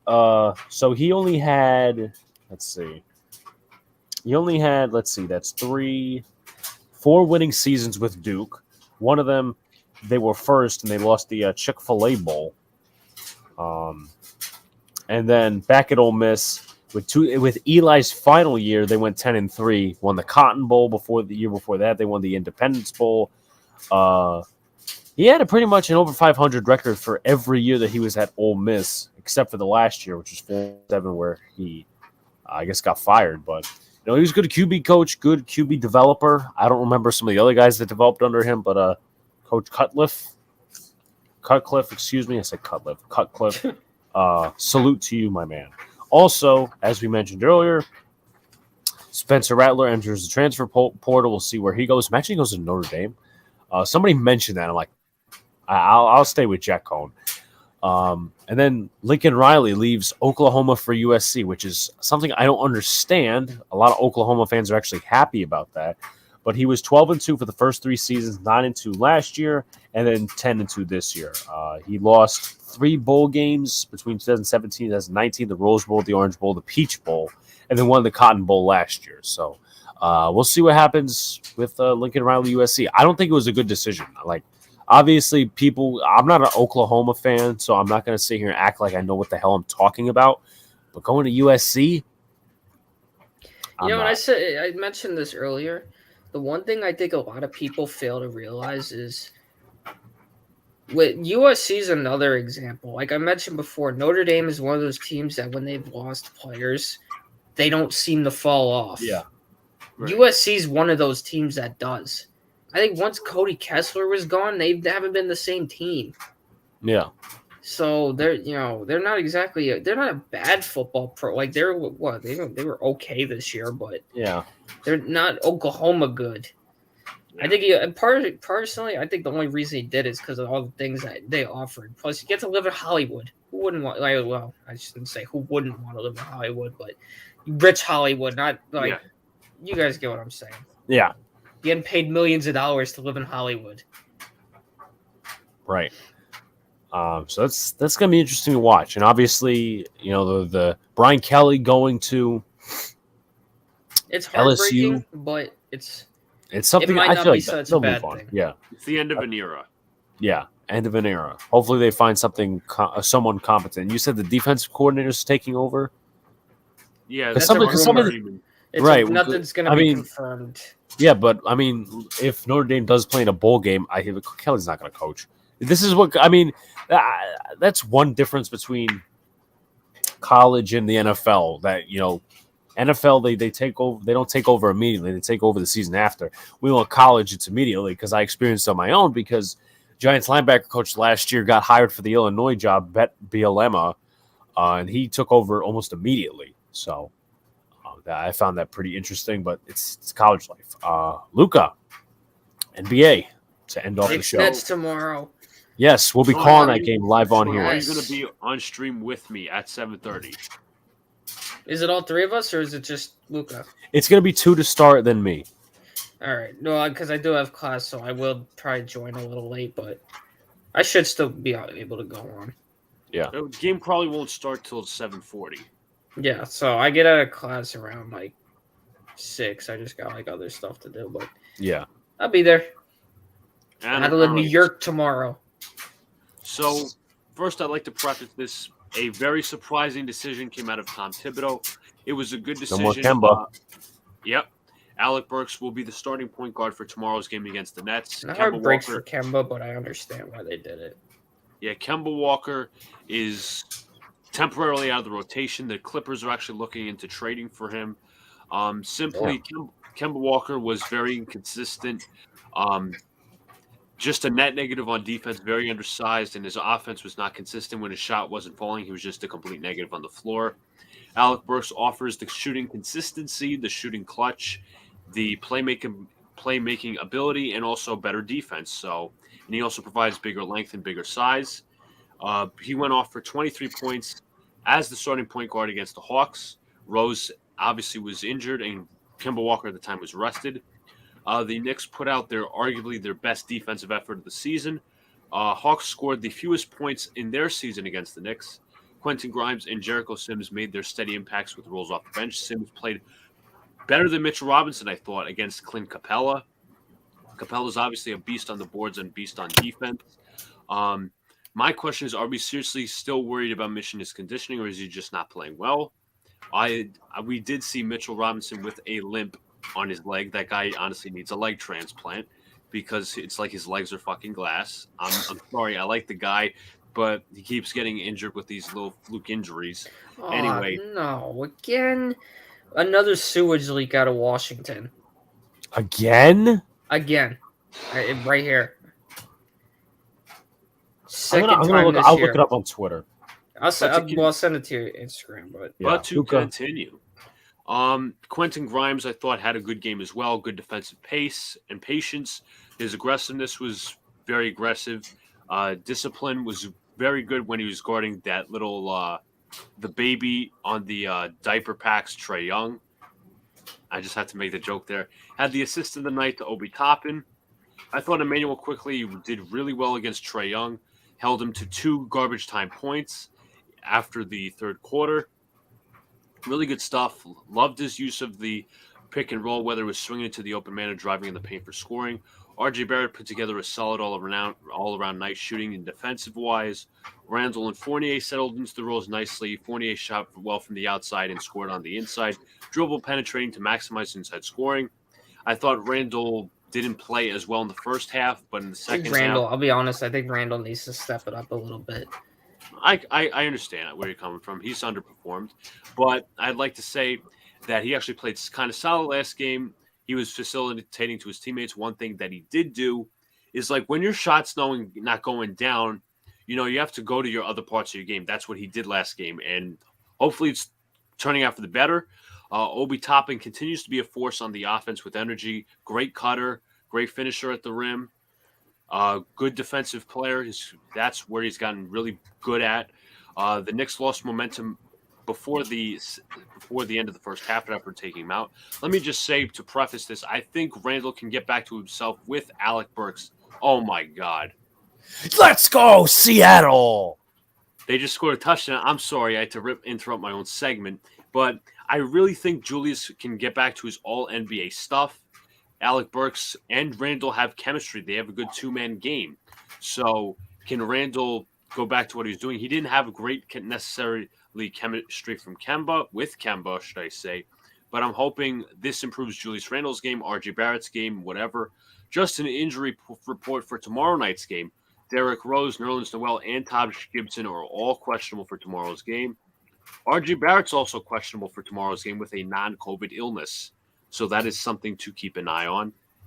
And I have some clips that I want to break down of the Knicks defense overall and their effort in the game against Atlanta. So I'm going to share my screen. Let's see, downloads. Actually, I'm going to go with this one right here. And he fucking threw a pick in the end zone, you stupid son of a bitch. Asshole. All right. So we're just going to watch. This is Emmanuel quickly on Trae Young. Herder moves to the wing. Capella's eventually going to set a screen. Trae Young gets the ball back. Capella then sets the screen. It looks like Trae Young is going to beat Emmanuel quickly off the dribble. Quickly, as quick enough as he is, quite ironic in his name, quickly goes up to contest Trae Young's shot and it misses. So he forces another miss. Very good length, very good size, very good quickness from Emmanuel quickly, and just showing good hands. Another video file I have. Sorry to interrupt, but this is what happens when you don't run the fucking ball at the goal line. Let me just remove I wonder where this. we've seen that before. 95-86, getting down to crucial minutes. Trey Young again.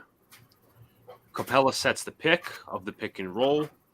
It's actually faked out, so they switch on the pick and roll quickly, goes over to cover. I believe that is John Collins. Julius Randle, heavy size, takes on Trey Young, very speedy guard. Uses his size, and then he forces Trey Young to make a bad pass out of bounds. Good effort there. Next clip. This one also towards the end of the game. Okay, browser's having trouble with the very. Oh my God! Seattle just onside recovered it. Oh my freaking Lord! Oh my God! Wow. I'm When was sorry, the last Luca, time we I'm saw that sorry. happen? It's all right. It sucks because the browser's not letting me share the video, so it's kind of worthless at this point. I've also have bookmarks that I want to share. I'll put on my Share my screen. Some Twitter stuff.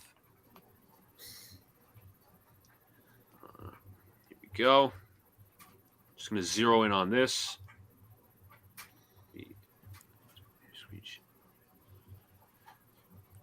Alex, can you share the screen? Sure. So 95-86, 4 minutes to go in the fourth quarter. Quickly on Trey Young, Capella sets the pick. Mitch drops to defend the lob. Young trying to beat quickly off the dribble again. Quickly with his speed and his aggressiveness, takes Young off the dribble. Well, I should say, prevents Young from taking him off the dribble. Now forces him to pass. Cabarro, defended by Burks. I'm sorry, Luca. Just pause it for 1 second. Seattle had a penalty on him, illegal formation. Ow. Good job, Seattle. Tank that pick. We're going to be the same record as the Jets. Think about it. But anyways, to continue, good defense by Fournier here on Kevin Huerter. Capella sets the pick, and my screen just. This isn't the first time it happened today, which is kind of annoying. Let's go back to this. So Cabarro defended by Burks, Huerter defended by Fournier. Capella is going to come set the screen for the pick and roll, and Fournier is quick enough to force a miss on Kevin Huerter. So good defense there. Just another good example of the Knicks switching on the pick and roll and getting to their man. So Knicks run this again, but runs this with Obi, but instead of Fournier, Trey drops back to help on the lob and gives Fournier enough space to hit the three. Toppin is handed the ball, gives back to quickly. Toppin is going up for the lob, but Collins is there to cover. Trey Young also looks like he was about to double Obi. Fournier is wide open for the three. Out of this. To continue, here is one of the best Knicks defensive possessions. Watch how Sims uses his left arm to swipe at Lou Will as he backpedals, forcing the pass. Knicks cut off multiple drives, and IQ holds his own against bigger Gallinari. Knicks come to double, and the Hawks are forced to scramble. So let's watch. It's Grimes against Lou Williams to start out. Collins sets the pick. Sims backs out. Grimes is coming to get Williams. Williams forces a tough pass to the corner to Gallinari, then passes it out to, I believe that's Cam Reddish, Obi Toppin defending. Back to Cabarro, defended by Barrett. Now, Toppin has enough space, just enough space where he can contest. He's not too close to him, but he's not too far away, in which Reddish can make a shot, and plus Reddish does not have that type of range. Passes to Gallinari, quickly right on him, very aggressively. Gallinari then turns around, has to force a pass to Cam Reddish. Reddish on the drive forces a bad layup, in which the Knicks get a good defensive possession out of it. Now I'm going to go into one more piece of Jets film, and then I'll wrap up my NBA segment. So this is one of Zach Wilson's, I say, bigger mistakes, possibly.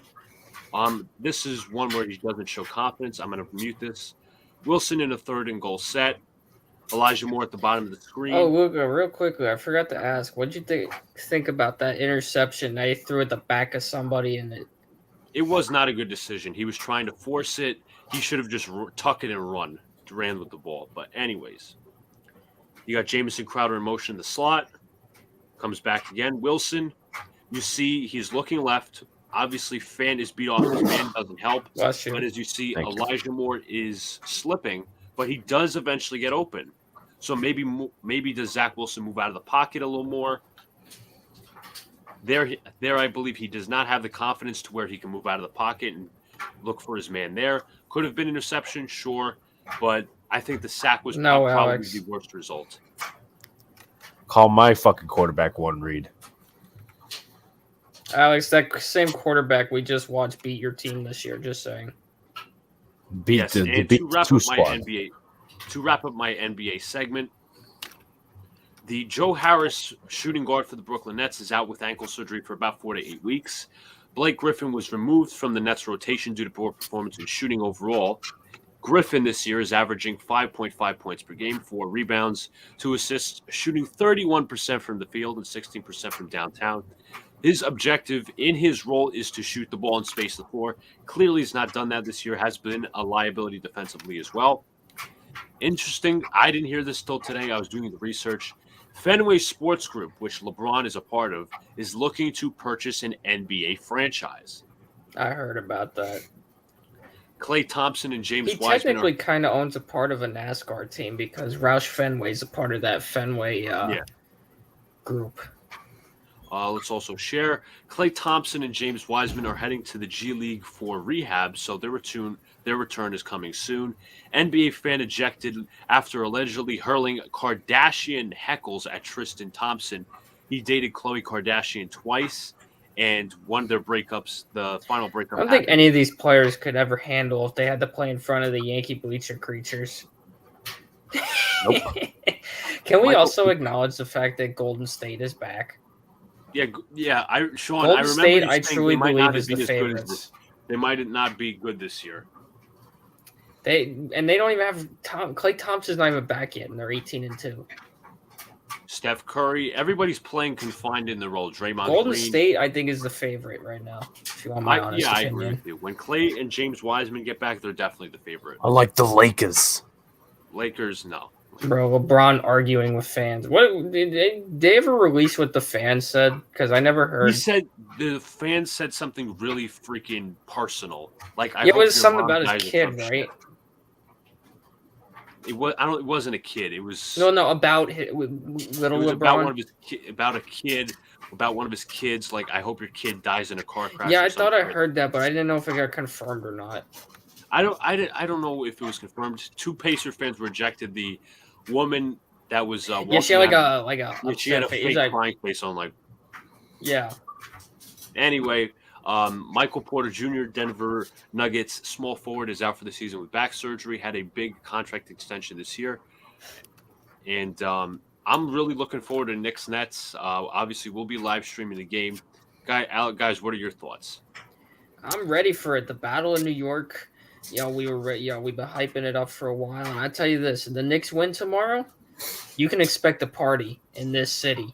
I don't care what my plans are for Wednesday. I will cancel all my plans. I'll cancel my show Wednesday. I will go to Brooklyn and I will join the party. I will be ready. I'm ready. If we can win, which I haven't looked at the odds yet to see it. Let me take a look at something real quick. I want to see how big. It's going to start with the defense, and Tibbs specifically mentioned in today's press conference. He actually revealed to the media that he actually said in the press conference that he was leaving Kemba out of the rotation. Okay, so we're 6-point underdogs tomorrow. He said, I cannot afford to play 3 small guards. I guarantee you, too, it's going to be all Knicks fans. It's going to be all – the only Nets fans you're going to hear from are the bandwagons. There ain't going to be no real Nets fans. So part of the reason I wanted to go, obviously I couldn't because I got classes tomorrow, but it's going to be a Knick takeover. I can't wait. If we win tomorrow – all 3 of us, we're meeting outside the Barclays Center. We're joining the party. Maybe we'll run into Side Talk New York. I will gladly join that party. But to me, it's going to start with the defense first. How are we going to stop Kevin Durant and James Harden? I mean, Harden struggled with scoring of late, but still. So we'll see. Alex, what are your thoughts? Yeah, I was about to say. I thought you were going to ask me my thoughts. Just from a fan perspective, very fun game. Obviously, we'll see if Side Talk New York does a video. Oh, and like I said, if the Knicks win and they're celebrating, you know for a fact Side Talk gonna be there. Yeah, I started watching them. I like their content. Yeah, Their it's gonna be a very interesting game. What are the Nets and Knicks records right now? I'll do that for you. The Nets record currently. And I got it. I got it 14-6, and the Knicks are 11-9. All right, so we'll see. They definitely have a chance to win this game, but I think they do because they have played up to the competition this year against good teams. I'm confident. I think we can. I truly think we can. Maybe not this one, but I don't think we're getting swept again. I think we can win. I doubt it. I think we can win at least one, maybe two of these. I think we split. We just have to find the answers on defense. Yeah, that's all. I'm confident. To move the ball as well. I'm usually not confident in the Knicks, but I'm feeling confident that it'll at least be competitive. Yeah, they even did that last year. Yeah, or else we're gonna hear Net fans saying, "Oh, they run New York." What Net fans? What, the ones in Jersey? Yeah, the ones in Jersey. All right. I guess we're at the end of the show. Luca, Sean, me for final thoughts. A good discussion all around. Got to discuss our experience. Got to discuss a Jet victory. Very happy. Discuss the travesty that's the New York Yankees organization. Discuss and baseball as a whole. Yep. And I'm ready for Knicks Nets tomorrow. Yeah, me too. Good stream. Joined a little late. I know my schedule's been a little crazy. Alex, I will just say from now on, they've been scheduling me 4 to 8 every Monday at the last several weeks, so I would prepare for that ahead of time. Now that I know, I wasn't sure until like Saturday what my schedule was. So Mondays might be a little crazy with me and my schedule. That could change though, once I know my new college schedule. But semester's over, so hopefully some things will start to change. But next week is our final week of the semester for us. I got one of my classes that end next week, but I have some that go till the 21st. So all my classes end at different times. It's weird, but the semester as a whole ends the 21st. I'm on Monday. I'm off starting after next week. I'm off on Mondays and Wednesdays. I'll figure it out. I'm not sure yet. I'll obviously let you guys know.